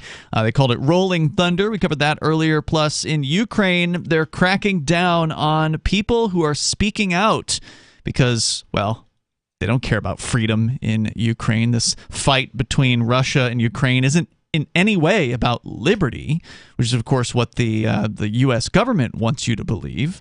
Well, and this guy's already locked up his political opponents. Yep, that's right. At this point, he's been locking up people who are like on his side more or less, but he doesn't like them as much. But it's okay because he's not as bad as Putin. Right, exactly. Right? So therefore, we need to give him billions of taxpayer dollars. And so that's one of the other things we've covered. If you want to weigh in, talk about Yemen or whatever's on your mind, 603-283-6160. Sarah is on the line to start things out this hour in New Mexico. Go ahead, Sarah. I just want to let you know that I've been living here for 20 years, 22 years. I just learned that here in New Mexico, you only need one license plate on your car. On the back, right? But what I wish is that... Hold on, you just learned that and you're a pedestrian? Well, I mean, they require them both here. You know what? That's what I'm amazed. I just learned that because I thought they had 2 license plates. But what the problem is, how could you be a pedestrian for as long as you've been? You don't drive. How could you be a pedestrian and not notice? I mean, maybe it's just completely out of your purview, right? Like you don't think about things like tags on cars because you've never had one, so you don't know anything about it. But it would just seem like, I don't know, you'd think you'd pick up on that at some point that, there's only license plates on the backs of cars around here. Well, the thing is that the only reason that I was talking to I called the mayor's office and I was talking to one of the liaisons, and then he mentioned that. How do you call that? Liaison? Liaison. Liaison. Yeah, right. And then he's the one that said that, well, they only require 1 license plate, so it's going to be hard to the speeding cameras to get a good picture because they only have 1 license plate to work with. So you want to... We know why it crossed your radar. Yeah, so you want to make it so that they have to have 2 license plates so they can be more easily ticketed and raise more money for the state, is what you're saying, right? Well, what I would really like is I would like them to have 1 license plate in the first place because half the people run around with no license plate at all. Oh, sure. They don't have a license That's a plate total at load. all. No, but they should. They don't, but they should, in my opinion, because license plates serve almost zero purpose. The only purpose that they serve is to be easily legible for law enforcement. That's the only purpose they serve. Everything and to generate revenue. Well, yes, but every other reason that a government would give you for license plates to exist is already encapsulated within a vehicle's VIN number, the vehicle identification number. I'll give you this, though, Captain. I mean, if somebody robs a bank and they get in a car and somebody sees the license plate as they're getting in the car and they identify that, in theory, that could be used to identify that car on the road quicker than a VIN number, right? Like you don't know what the VIN number is of a car. That's probably, 20 digits or something like that, and it's only stamped in certain places on the actual vehicle. So I can understand that excuse. If I owned a set of roads, I could definitely, I would probably require that you have a legible way of discerning your vehicle from other vehicles. That said, though, we don't have that problem in New Hampshire during the wintertime when almost every license plate is coated with snow. Yeah. Now, technically, it's not legal to travel in New Hampshire and obscure your license plate with snow. That's not technically legal, but that doesn't mean that it isn't happening all the time. And it's one of those things that just kind of makes me smile during the winter here in New Hampshire as I'm driving around. It's like, you just can't even identify half the people's license plates, especially during a snowstorm or something like that, when it's impossible to expect somebody to get out of their car constantly and clear this thing off. But even after a snowstorm, for however many days it is until the snow happens to melt enough to where a lot of people don't ever clear that thing off, and they never get pulled over for it. And you know what? There's not some sort of higher incidence of bank robbery going on during the wintertime. One thing a VIN number does that a license plate does not do is the VIN number doesn't expire. That's true as well. It's not easily replaceable. Thank you, Sarah, for the call tonight. Because, right, any criminal who is at least a little bit thoughtful, if they're going to go and do something nasty and they're going to take a car to do that thing, they could just change out the plate from some other car. Yeah, and even television and movies have that whenever let's swap a plate before we go do a thing. Right. If you're intelligent and criminal, then you join politics. I mean, seriously. If you want to make real money. Like if you're criminal but not intelligent, then you don't go to where you can get away with doing crimes. Well, plus, the reason why you don't get away with bank robberies here in New Hampshire is there's a good chance somebody standing in the lobby is going to be carrying a gun, and you'll get shot before you get out the front door. That's very true. Not to say it hasn't happened. I did hear about it in Concord once at a bank that was there. But earlier in the program, we mentioned the big biker get-together at Sturgis every year. Yeah. Right? Why is that so peaceful? They're all armed? It's in South Dakota and open carry. There's probably a fracas at a bar here and there. I'm not saying that occasionally something doesn't happen, but what I'm saying is that for that many people of having that large of a party, where the police apparatus is completely overwhelmed in that situation. Completely overwhelmed, but yet the fest, if you will, is completely peaceful every year. Right? Yeah, considering the large number of people there. Not very many issues beyond an occasional fight over a girl at a bar or something like that. Somebody gets too wasted and puts their hands on the wrong person. And that happens everywhere. Yeah. Mm-hmm. So outside of that, it's because everybody's heavily armed, or at least armed. Yeah, a perfect example is the trucker rally, and suddenly you have a huge population of people moving into a city. You have no additional police force, at least immediately, right? And completely peaceful. Yeah, most of the cops were the ones that were violent in that case. Yeah, it really does put the lie to this myth that the police are what keep human beings peaceful.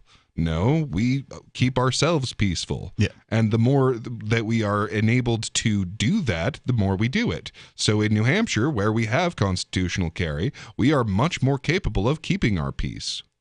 So I want to come back to the Ukraine story, just because there's some more interesting details here about them rounding up dissidents. If you say something that could be interpreted as pro-Russian, if you say something that denies that the invasion is even happening, which isn't even necessarily pro-Russian. Are there invasion deniers? Well, they'll get snatched up if they're public about it, and then they get taken away, and who knows where they're taken to. Well, and I will say that there are some, what was it, Bucha, I think was the name of the place, where there's which. Great name for this, where right? People were butchered. Yeah, and there are these sort of questionable circumstances of well, wait a second, did this happen? Did it happen the way that they're describing? And if it did, who did it? Right, and obviously these people, if they say, well, no, that didn't happen here, you get rounded up. That's a great point. Yeah, right, because the Western media said, oh, it was the Russians. And the Russians said, well, no, it wasn't. We left the weekend prior or the week prior, and it must have been the Ukrainian government and the Russians were going to the UN to call some sort of special session to investigate that. I don't know what the current status of that has been, but it's like, who do you believe? As you pointed out, anybody that actually witnessed it wouldn't be able to speak out against the Ukrainians. Mm-hmm. So if they say, no, that didn't happen, or no, it wasn't the Russians, well, they get rounded up. And I mean, they know this. So 15 years in prison. Yeah, most people, they know this, so it has that chilling effect on speech, Right. so they just don't. Yeah, who wants to go up against the almighty power of the state, where you're not even going to get a show trial? It's martial law right now. Yeah. And why would it change away from martial law at any point in the future? The number 603-283-6160. That's 603-283-6160. We got more on exactly what, or at least allegedly, what this crackdown includes on speech in Ukraine. This is Free Talk Live. There are basically two types of advertising: direct response and branding. Radio's great for direct response with its low cost to listener ratio, but audio can't be beat for branding, which is a longer term endeavor. You want to be the first thing that someone thinks of when they think about your product or service. If you have a local business that you want kept top of mind in your community, call the station. If you need national reach, Free Talk Live's got around 200 radio stations, millions of monthly listening sessions, can suit all budgets, and if we don't think we're right for you, we'll tell you. Email me, mark@freetalklive.com. When Monster Hunter International discovers one of Isaac Newton's wardstones being auctioned off, they decide to steal it and use it to destroy the Chaos God once and for all. But a mysterious thief upends their plan, and it soon becomes a race against time as something much older and infinitely more evil awakens in the jungles of South America. Monster Hunter Bloodlines by New York Times bestselling author Larry Correia and Baen Books. Visit monsterhunternation.com for more. Looking for a great real estate investment? Consider New Hampshire, which is ground zero for the Liberty Movement. Your first call should be to Mark Worden from Porcupine Real Estate. He's more than just a real estate agent. He's your New Hampshire concierge. Where are the best places to live? Do you want farm, city, the burbs, or forest? Do you want a duplex or multifamily building so that renters pay your mortgage? There are homes in all price ranges in New Hampshire, and Mark can help with financing too. Invest in Liberty and property. Mark Worden can help. PorcupineRealEstate.com. Are you tired of governments murdering people around the world? Stop using their money. There is an alternative. Bitcoin is a stateless, free market, non-political currency. Bitcoin cannot be inflated or controlled by any government. By using their money, you are helping the state. Stop doing it. You have an incredible alternative available now. Learn it, use it, spread it. Get started with Bitcoin at bitcoin.com. That's bitcoin.com. Hi, I'm Derek J. To me, an activist's calling is to actively work to advance a cause. The cause for which I work is personal freedom. I believe my life is best when I engage in voluntary interactions and self-government. I reject the idea that anyone else has a higher claim to my life or my body than I do. I see people who call themselves the government as a threat to my personal freedom. I realize you may feel differently, but my relationship with the people who call themselves the government is completely involuntary. If Starbucks used some of its money to drop bombs, I wouldn't shop there. So why would I support the American empire?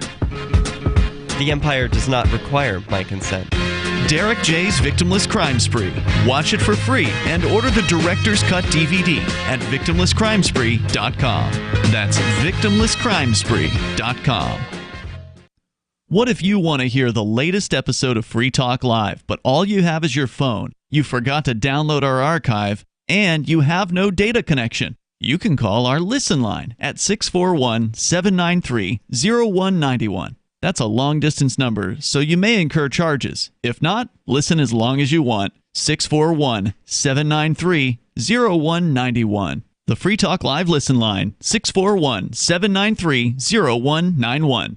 So you've signed the Shire Society Declaration and are planning your move to New Hampshire to be around more liberty-oriented people. Next, sign up for the Shire Society Forum at forum.shiresociety.com. There are a bunch of people there who are already in the Shire, and they want to meet you. If you're already in the Shire physically, you should also come by the forums. Remember, not everyone uses Facebook. New people are signing up for the Shire Society Forum every month, so drop in and say hello at forum.shiresociety.com. Don't miss a moment of Free Talk Live. Get our archives daily via our podcast at feeds.freetalklive.com.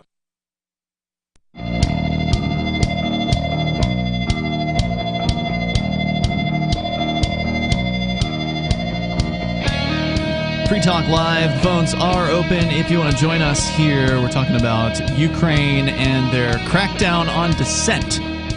Because what they're telling you in the mainstream media about Ukraine being all about freedom, it's freedom going to oppose the Nazis and the new Hitler in Russia. Well, Putin's a bad guy. There's no doubt about it. But so is the Zelensky character in Ukraine. And so are the people that work for him. They are governments, after all. Exactly. So we continue here with a story from MercuryNews.com and the AP, where you could face up to 15 years in prison for simply publicly denying the invasion, or for quote-unquote collaborating with Russian forces. Or in the case of the man that they gave the example of at the beginning, where the AP was actually there for the raid in one man's case, he spoke out in favor of secession. It's so weird because, I hadn't questioned the invasion at all up until you just told me that somebody there in the Ukraine could be taken away, right, by government, guys, goons with guns and uniforms, or whatever, for denying the invasion. So, now I'm like, well, so did the invasion really happen if they're saying that?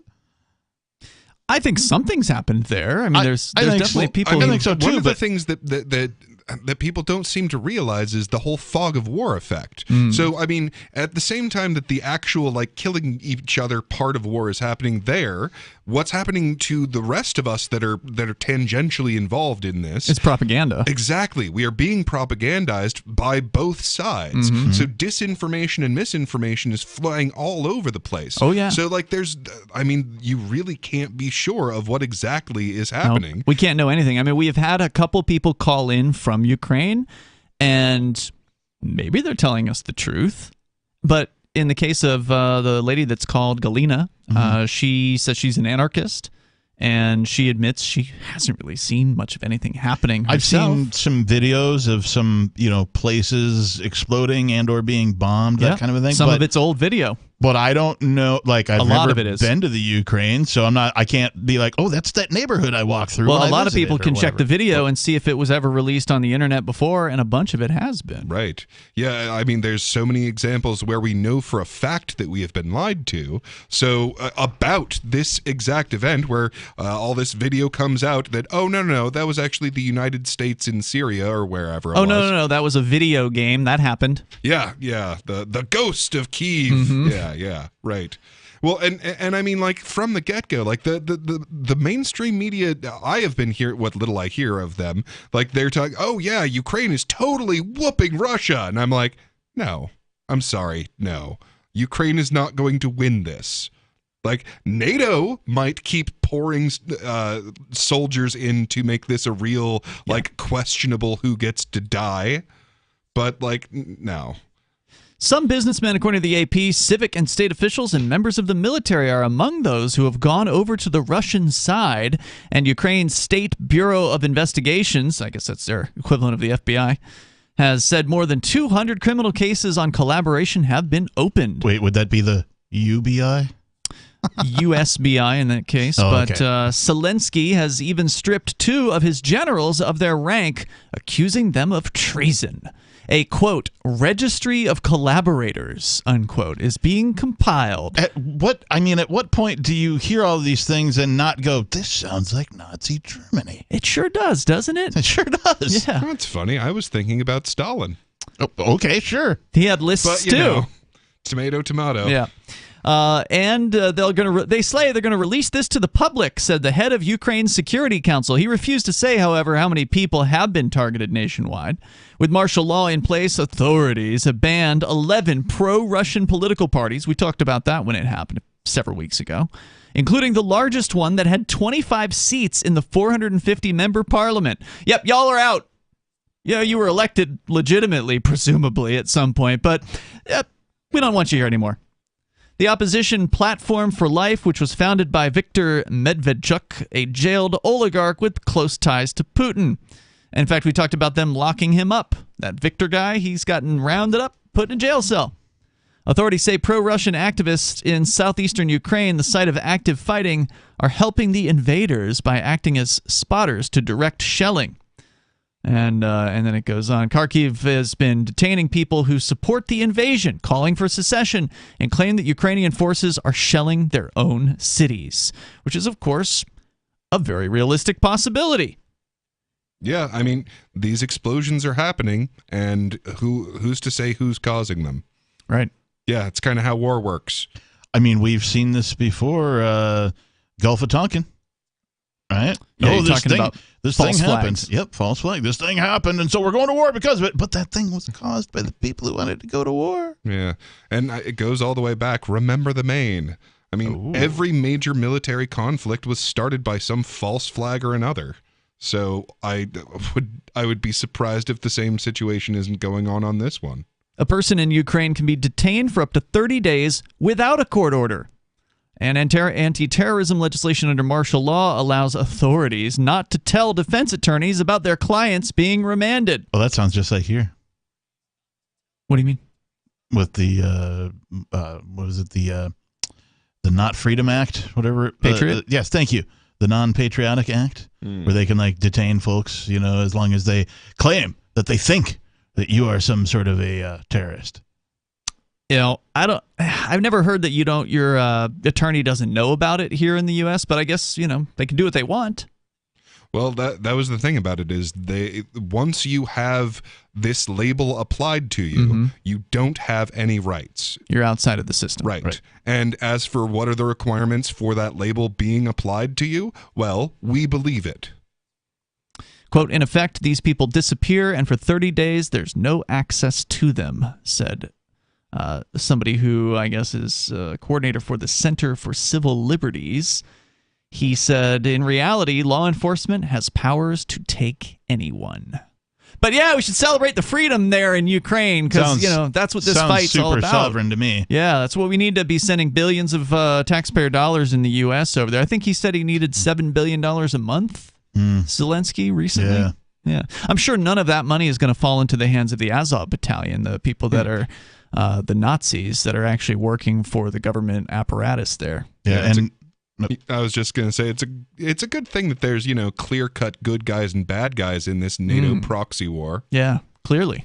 And in case you thought that government actually gave a crap about, its own people, well, think of all the good things that money could have done for folks on this side.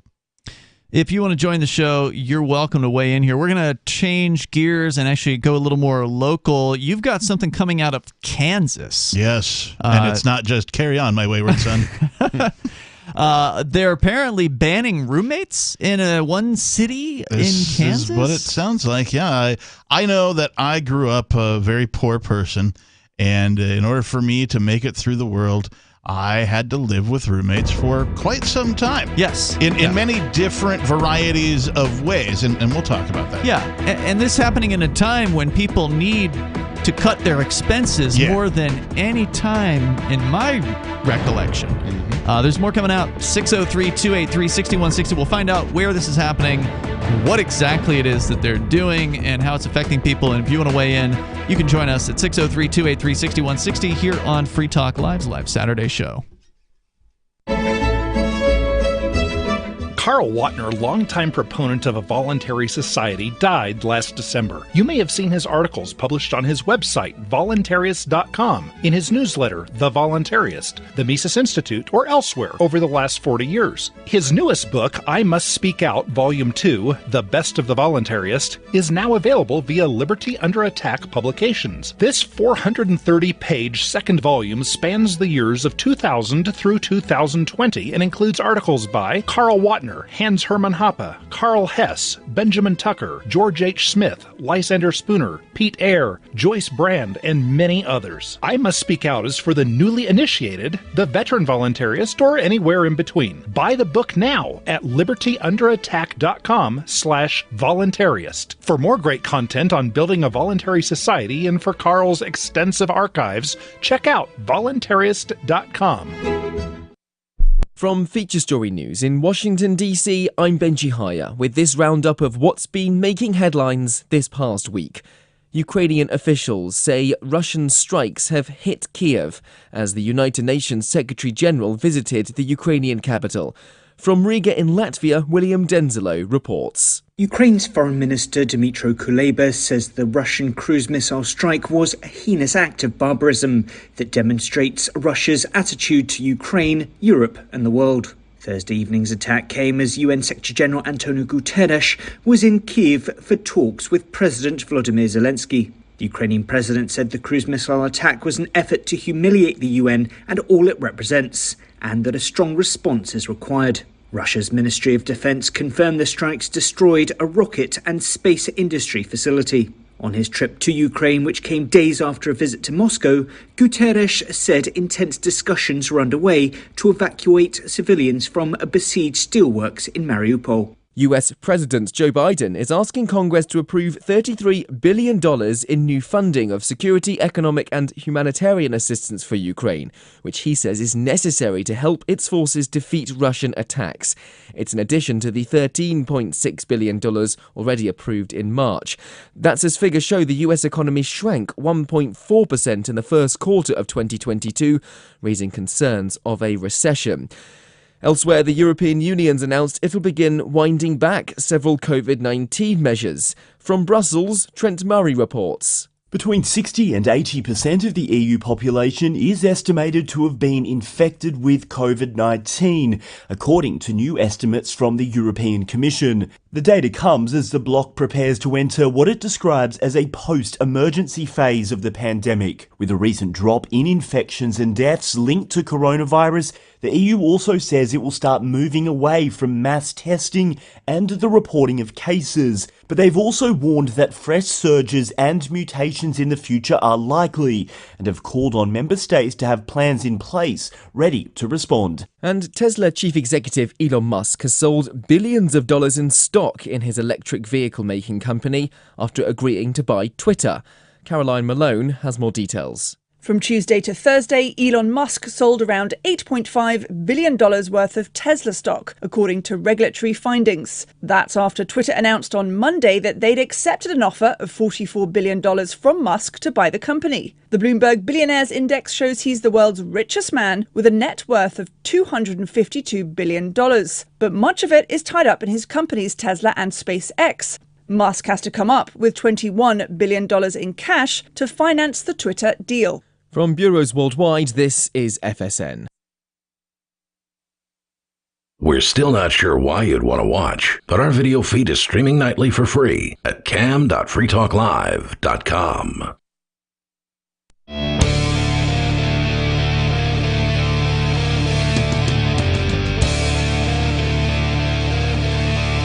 It's Free Talk Live. Phones are open if you want to join us here. It's the live Saturday episode. The number is 603-283-6160. Here tonight, it's Ian, Biggest Mountaineer, and the Reverend Captain Kickass. You can join us online. Head over to freetalklive.com. And please do enjoy the features we have there for you. We've got our own chat server. It is a Matrix server, which means it's open source, it's federated, and it's self-hosted, so we run the thing, not some big tech mega corporation. You can go to chat.freetalklive.com to get the details on how to get connected to that server. That's chat.freetalklive.com. We're going to go to your phone calls and thoughts, and then coming up, Captain, you're going to tell us about roommates. Sounds like they're being banned in one part of Kansas. We'll find out more about that. They voted 8-0. Unanimously banned. To ban co-living. We'll get into that. But first, Jack is on the line in Washington State. Go ahead, Jack. Oh, Captain Kickbutt said something about how he's kind of coming to the realization that there's, with Ukraine and Russia, because I was the same way.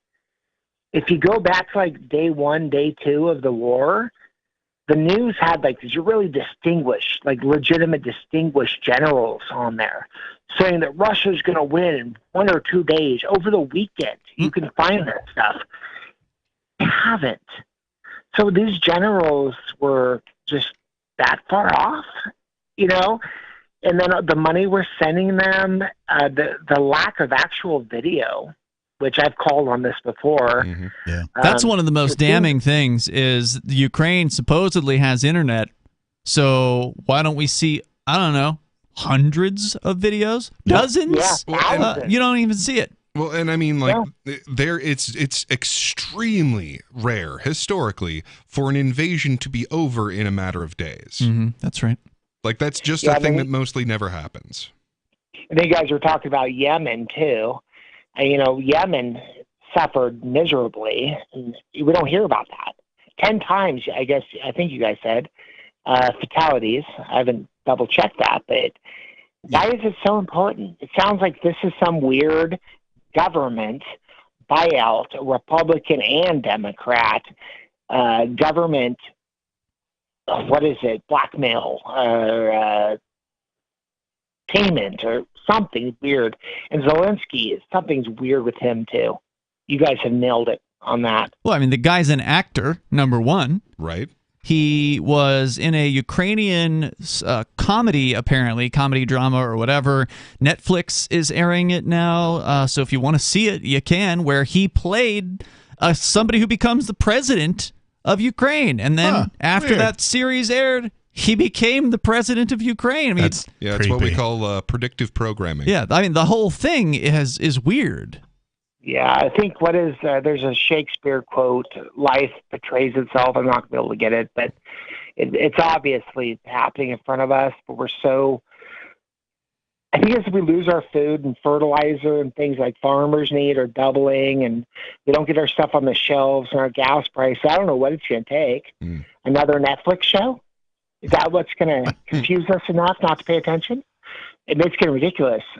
Anyway. Thanks, Jack, for the call tonight. I appreciate hearing from you. Yeah, he's not wrong. Yeah, one of my favorite predictive programming things for America was G.I. Joe. You remember G.I. Joe, right? Wasn't a big fan. The real American a-hole? Right, exactly. American. No, hero, so, like, the good guys were definitely a country, but the bad guys, they were this sort of mysterious international terrorist organization that operated throughout the world. The guy who would speak in snakes. Right. Yeah. Right, so you've got this international terrorism that America is at war with. And lo and behold. That's what happened. Exactly. Weird. I was more of a Transformers guy myself growing up. Yeah, and there's lots of things where things like this happen, and there's sort of a preparing the mental grounds for the manifestation into real life of something to occur. Yeah, sadly, in some ways, G.I. Joe, the cartoon and the action figures and all that, certainly encouraged people who thought, you know what, I want to do something good. And so they join the military. They do the opposite and join the military. No, I mean, like, it was propaganda that made them believe that doing so is doing good. They equate that. Oh, absolutely. The pro-military propaganda is relentless when you're a child in the United States, especially going through the government school system. Yeah. It just doesn't stop. Yeah, support our troops. There's this sort of religious reverence for they're willing to put their lives on the line for our freedoms. And it's like, okay, number one, they're not fighting the people who are actually threatening my freedoms. Never have, not in my lifetime. I don't get to have my freedoms whether they win or lose. So... Yeah, how's that freedom working out in the United States? Right. Yeah. We have less of it than we ever had. Yeah, how's our liberty and democracy? Are you secure in your possessions and papers? Seem to remember that being important. Many of those very same troops were here kicking in the front door of this house a year ago. They get jobs for law enforcement once they leave the military. Yep. So, Captain, what's this story? What's going on in Kansas? Where's this from? So this from KansasCity.com, the Kansas City Star is the publication. Co-living rentals banned in this Johnson County city after unanimous council vote. The Shawnee City Council, so the city of Shawnee apparently, voted 8-0 to ban co-living, becoming the first Kansas City area municipality to prevent the practice. On Monday, a Johnson County city unanimously voted to ban living arrangements aimed at helping tenants decrease the amount of rent they pay. The Shawnee City Council voted 8-0 to ban co-living, becoming the first Kansas City area municipality. We talked about that. The new ordinance defines a co-living group as a group of at least 4 unrelated adults living together in a dwelling unit. The ordinance stated that if one adult is unrelated to another adult, then the entire group will be classified as unrelated. The practice, which includes things like sharing a kitchen, living room, and community areas, started to gain popularity as rental and housing prices continued to increase across the United States. Co-living has become increasingly popular because of its cost-effectiveness and greater flexibility in cities where rents are high for young professionals, the Washington Post wrote in 2019. The City Council's vote came despite a presentation from a Johnson County organization where a housing study showed that the average home price in the county rose 37% between 2017 and 2021. Wow. Climbing from $324,000 to over $443,000. That translates into the rent that needs to get charged to pay that mortgage. Correct. Not to mention the property taxes. The study also showed that wages did not rise at the same rate. Of course not. Of course not. Why would they? Shawnee is one of the 3 largest communities in Johnson County, so what happens in Shawnee is really consequential for what happens to the rest of the county. Despite that presentation, they voted unanimously to ban 8-0. people having roommates. So we're going to screw up the economy so much that the only way that you can get paid enough to have somewhere to live, because, I mean, in general, people are not, seeking these out. This isn't the preferred method of having a place to live. Sure. Like, Right. really, everyone kind of wants their own place is generally what happens. Yeah. But no. It's a matter of what you can afford. Right. The cost of living and the money that we actually earn have been at such odds with each other, in spite of the fact that we continue to progress technologically and in theory should be having more wealth. Yeah. But they've screwed up the economy so badly that we have to do this, and now they're passing a law saying, well, you're not allowed to do that. Yeah, it's when I first moved to Seattle in '96, it was definitely a roommate situation. Now, these were friends of mine who were musicians that, we all moved from either Minnesota or Wisconsin, something like that. And we all knew each other. And so the idea was that 2 of us would go out first and we would go find a 4-bedroom house and lease it. And then we would split the rent and the bills between 4 people because that's the only way we could do it. Because even in 1996, Seattle was still an expensive city compared to everywhere else, right? Even though it's gotten way worse now, it was still the case. And so that was how we knew. And so we collected the deposit money from everybody and we went out and we rented the house, and that's what we did. Now, because I spent 22 years there, there exists many different forms of this. Sometimes you sign a lease just for the room, and you have a common kitchen area. Maybe there's 4 refrigerators, one for each person, something like that. But there's all sorts of variations of this. These guys are just nope, not going to happen. As long as you are not related, it's a no-go, right? There's more coming up here in moments. We'll talk more about the ban on roommates. Why is this happening in Shawnee, Kansas? More coming up. On Free Talk Live, we're bringing people to the ideas of liberty every day. From wrestling superstars like Glenn Jacobs. You guys really are having an impact, I believe. Like I said, a lot of where I am now is due to listening to Free Talk Live. You changed my mind on some very important issues years ago. To random people tuning in on the radio. I was kind of stuck in the left-right paradigm. I heard your show by chance on a Saturday night. From there, I went on, joined the Free State Project, and become an amplifier. So, I mean, that's really the reason why I amp is because I know that if it wasn't for you guys being on as many stations as you are, I never would have found the ideas of liberty. You can help more people hear the message of liberty by joining Free Talk Live's AMPS program on Patreon for as little as $5 a month. And you'll get access to special perks. Visit amps.freetalklive.com, amps.freetalklive.com. The new 4th edition of Healing Our World, The Compassion of Libertarianism will take your understanding of liberty to a deeper level and has over 1,300 updated references, new cartoons, and a foreword by Dr. Ron Paul. With discounts for multiple book purchases, the 4th edition of Healing Our World is a great gift for the liberals, pragmatists, environmentalists, and Christians in your life who think libertarianism is cold-hearted. Get yours today at healing.freetalklive.com and use promo code FTL for a $5 discount. Tired of cancel culture? Sick of mega tech corporations holding an axe over your head? Join the LRN.FM Matrix chat server. It's self-hosted, so no one else can tell us what to do or say. Don't like the existing channels? You can make your own. You can even connect into some of our channels from other Matrix servers. It's federated. For the full LRN.FM Matrix experience, though, you should join our server via the step-by-step instructions at chat.lrn.fm. Chat.lrn.fm. The Free State Project has reached its goal of 20,000 liberty lovers who've pledged to move to New Hampshire and get active to achieve liberty in our lifetime. Perhaps you're trying to figure out what part of New Hampshire should be your destination.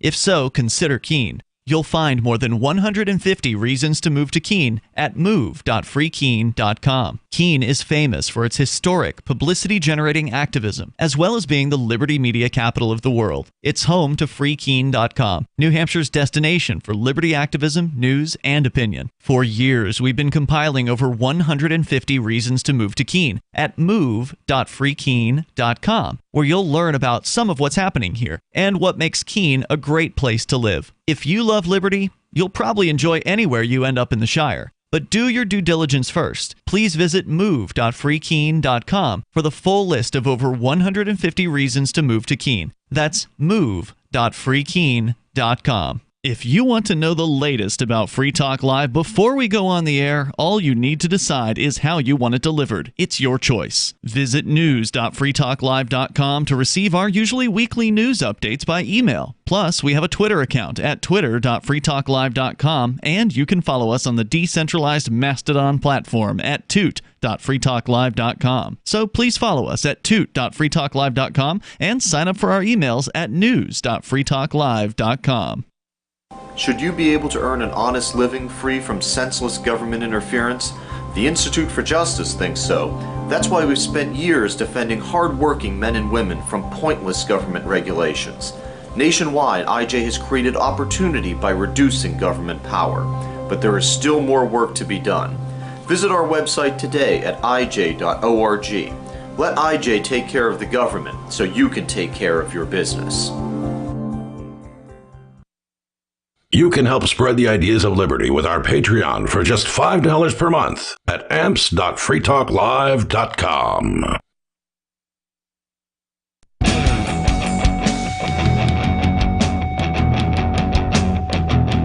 Free Talk Live.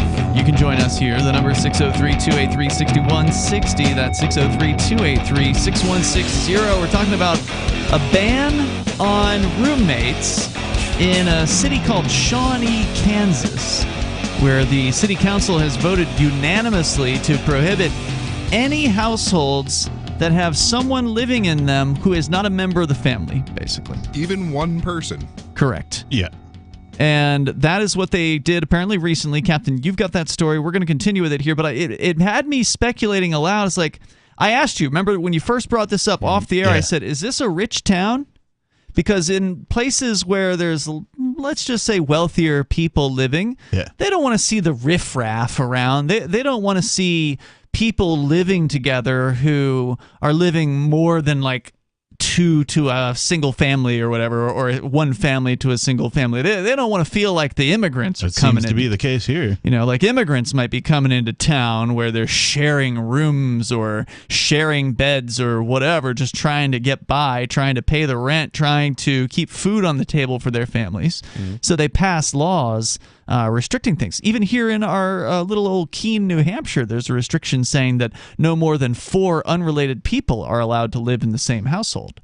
Now, that's not near as bad as what they're doing in Shawnee, where not even one unrelated person can be in the same household. So, I mean, 4 is usually more than enough to get the bills paid. But if you wanted to have 5 or 6, technically that's illegal. Now, of course, the only way they can catch you is if somebody snitches you out. And I suspect that's going to be the case in Shawnee, but it sounds to me like they may have the kind of neighbors who would be willing to do that, given that every single city councilor voted for this thing. So they obviously think that this is going to be a very popular policy. Well, somebody online, and I mean, as far as the article is concerned, we've covered everything in the article, but somebody online said, "Oh, it's not as bad as the article makes it out to seem."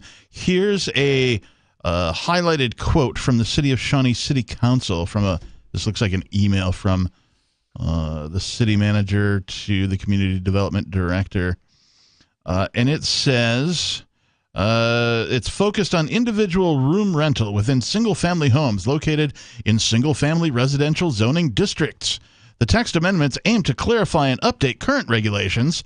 City staff received input and concerns from residents and city council members regarding a relatively new trend where single-family homes are being purchased and converted into rental units. With multiple individual tenants. So they're going to go on Craigslist. They're going to find people putting advertisements out. They're going to investigate them. They're going to go on Airbnb, and they're going to go after anybody in town. In this arrangement, individual tenants have leases of varying lengths. They have separate secured access to their rooms and often do not know or have relationships with the others who are also occupying the same single-family dwelling, which is freaking impossible because once you start living in the same dwelling, you're going to have a relationship with the other people that are there. And heaven forbid that you rent out one of your rooms on Airbnb while the prices are going up like 8.5%. Right. Or if you're just like a single family and you've got that extra room and you want to make a little bit of money to help pay the mortgage, I mean, that's helping people out all over the place. And who cares if you have different people in there with varying lengths of leases? Or, I mean, if I move in October, but you've been there for 2 years, who cares, right? Somebody does. The bottom line is that if I bought the property, I should be able to do what I want with the property and contract voluntarily with whomever I want to contract with. Well, it's hard for us. I mean, you asked the question, who cares? And I agree. It's hard for us to even fathom who could possibly care about peaceful people doing what they want with their own property. We're not talking about people throwing huge parties and destroying their neighbor's house or something like that. We're talking about just people living. So, yeah, who would care about something like that? Total and complete busybodies. It's hard to imagine that there's that many of them, but apparently Shawnee's loaded up with these things because if the city councilors thought this was going to be unpopular, they wouldn't have voted for it. Well, and these people are petty authoritarians. Right. So, they do not want the slightest variation from what they considered the status quo and the norm to be. I mean, I can't imagine that, maybe Shawnee is a wealthy community. I don't know anything about it. I've got statistics. But, do you think that there's nobody in Shawnee that, maybe wants to stay close to home, but, isn't really earning that much money and needs an affordable place to stay? Oh, they're there, but they're going to be run out of town real soon. Sounds like it. With these new controls. The median household income, this is according to the City of Shawnee's own website, 2018 is where the number comes from, is $84,507. And if you compare that to Kansas, which is the state in which Shawnee is located, their median household income for the same year, $59,273. So you're talking about a nearly 50% over the state median income in Shawnee. So this is definitely an upper crust town for Kansas. Sounds like it. And I think that's why you're seeing stuff like this. You see these kinds of rules in gated neighborhoods. That's what I was going to say. If this is what you want, then move yourself to a neighborhood where this is enacted in a voluntary way. Mm-hmm. Right. Move into one of those gated communities where the behavior is what you expect it to be. And I mean, it explains why there are enough people that have nothing better to do than to concern themselves with, there's a person who's not in their family living there. Yep, and people that are considered below the poverty line in Shawnee, there's like 5-something%, whereas Kansas, it's 11.9%, so half of the level of poverty. Yeah, well, I mean, that number is about to go up because, they're getting kicked out of their house or they can't find an affordable place to live. Let's go to, I believe we have Major Payne on the line. Is this the Major? Yes, it is. You're on the air. Go ahead. Thanks for giving me a soapbox once again. We all must rant against the powers that be. What's on your mind tonight? I think it was Peakless I heard fretting about all the misinformation coming out of the Ukraine. Mm-hmm. Don't fret now that we have our Ministry of Misinformation here. Right. I think they'll take care of it, yeah. But, oh, goodness. Oh, as far as the what you guys are talking about in Kansas. Yeah. I remember, you think about this. You got nosy old bitty bodies looking out the window, and, oh, no. He's fixing his car in the driveway. Yeah, the petty authoritarians, yeah. They're going to run the property values down. I, one time, in North Dakota, got a woman thrown out of a trailer park for, I don't remember, some stupid repair. I was fixing her muffler or changing her tire, and a nosy busybody next door literally got that little girl run out of the trailer park. Wow. I mean, yeah, it's crazy. A trailer park. Yeah.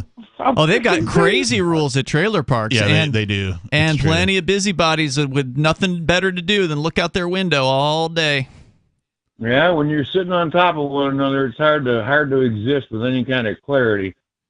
Thanks for the call tonight, Major. Appreciate hearing from you. And I wonder how many of the people, especially in a trailer park, who have nothing better to do, are on welfare. That's are being right. Paid. Oh well, you have anxiety. You can't work a job, so now you have all of your expenses taken care of, and you can just peep on everybody and see what are you doing. Snitch out the neighbors. Yep. Those are the worst. What do they call the Mrs. Kravitz's? Yeah, right? That's Bewitched. Right? The lady across the street or whatever. I was looking out her window, seeing what's going on at the house across the street. Yep. I was coming over trying to find out what's going on and get the scoop and thinking things are going on that really aren't going on. Yeah. Yeah, we got a real problem with that these days. I mean, people turning in parents for playing with their kids in parks and things like that. Like if you're a dad or a mom, you take your son or daughter or whatever out to the park to go play. There's literally people calling the cops on you in some places. The thing that bothers me most about this sort of ban on roommate situations, and I've seen all the flavors that we've mentioned already. Whether it's one guy rents the house and then everybody else chips in their amount, or if there's individual leases in place for each room, or any of those varieties. And I've seen them in cities and towns. And that kind of a thing. It's really sad for the young people because the young people they need it the most. Need it the most. Particularly if they're trying to further their own education, that type of a thing. Right. Where they get out of mom's house. Yeah, get out of mom's house, but maybe they can only work part-time, something like that, or they're going to school. They're going to school. All that kind of thing comes into play. So for the young people particularly, this is disturbing, and we know from past experience that governments are monkey see, monkey do. Once this starts happening in one community and it passes, it's going to happen in another, and they'll tell two friends, and they'll tell two friends, and so on, and so on, and so on. It just goes to show that we cannot all get along. We cannot live with these people. I do not want to live nearby busybodies like this. And so to come back around to the constant refrain on this show, if you actually do care about liberty, if you're a libertarian, if you're a voluntarist, and you want to live in a deliberate community, a migration of people that share your values, you got to do something about it. It ain't going to happen magically where you live. You probably got to uproot yourself and migrate here to New Hampshire. Check out the Free State Project to learn more about that. We'll see you tomorrow night online. In the meantime, you can join us at freetalklive.com. There are lots of ways to listen to Free Talk Live. Our podcast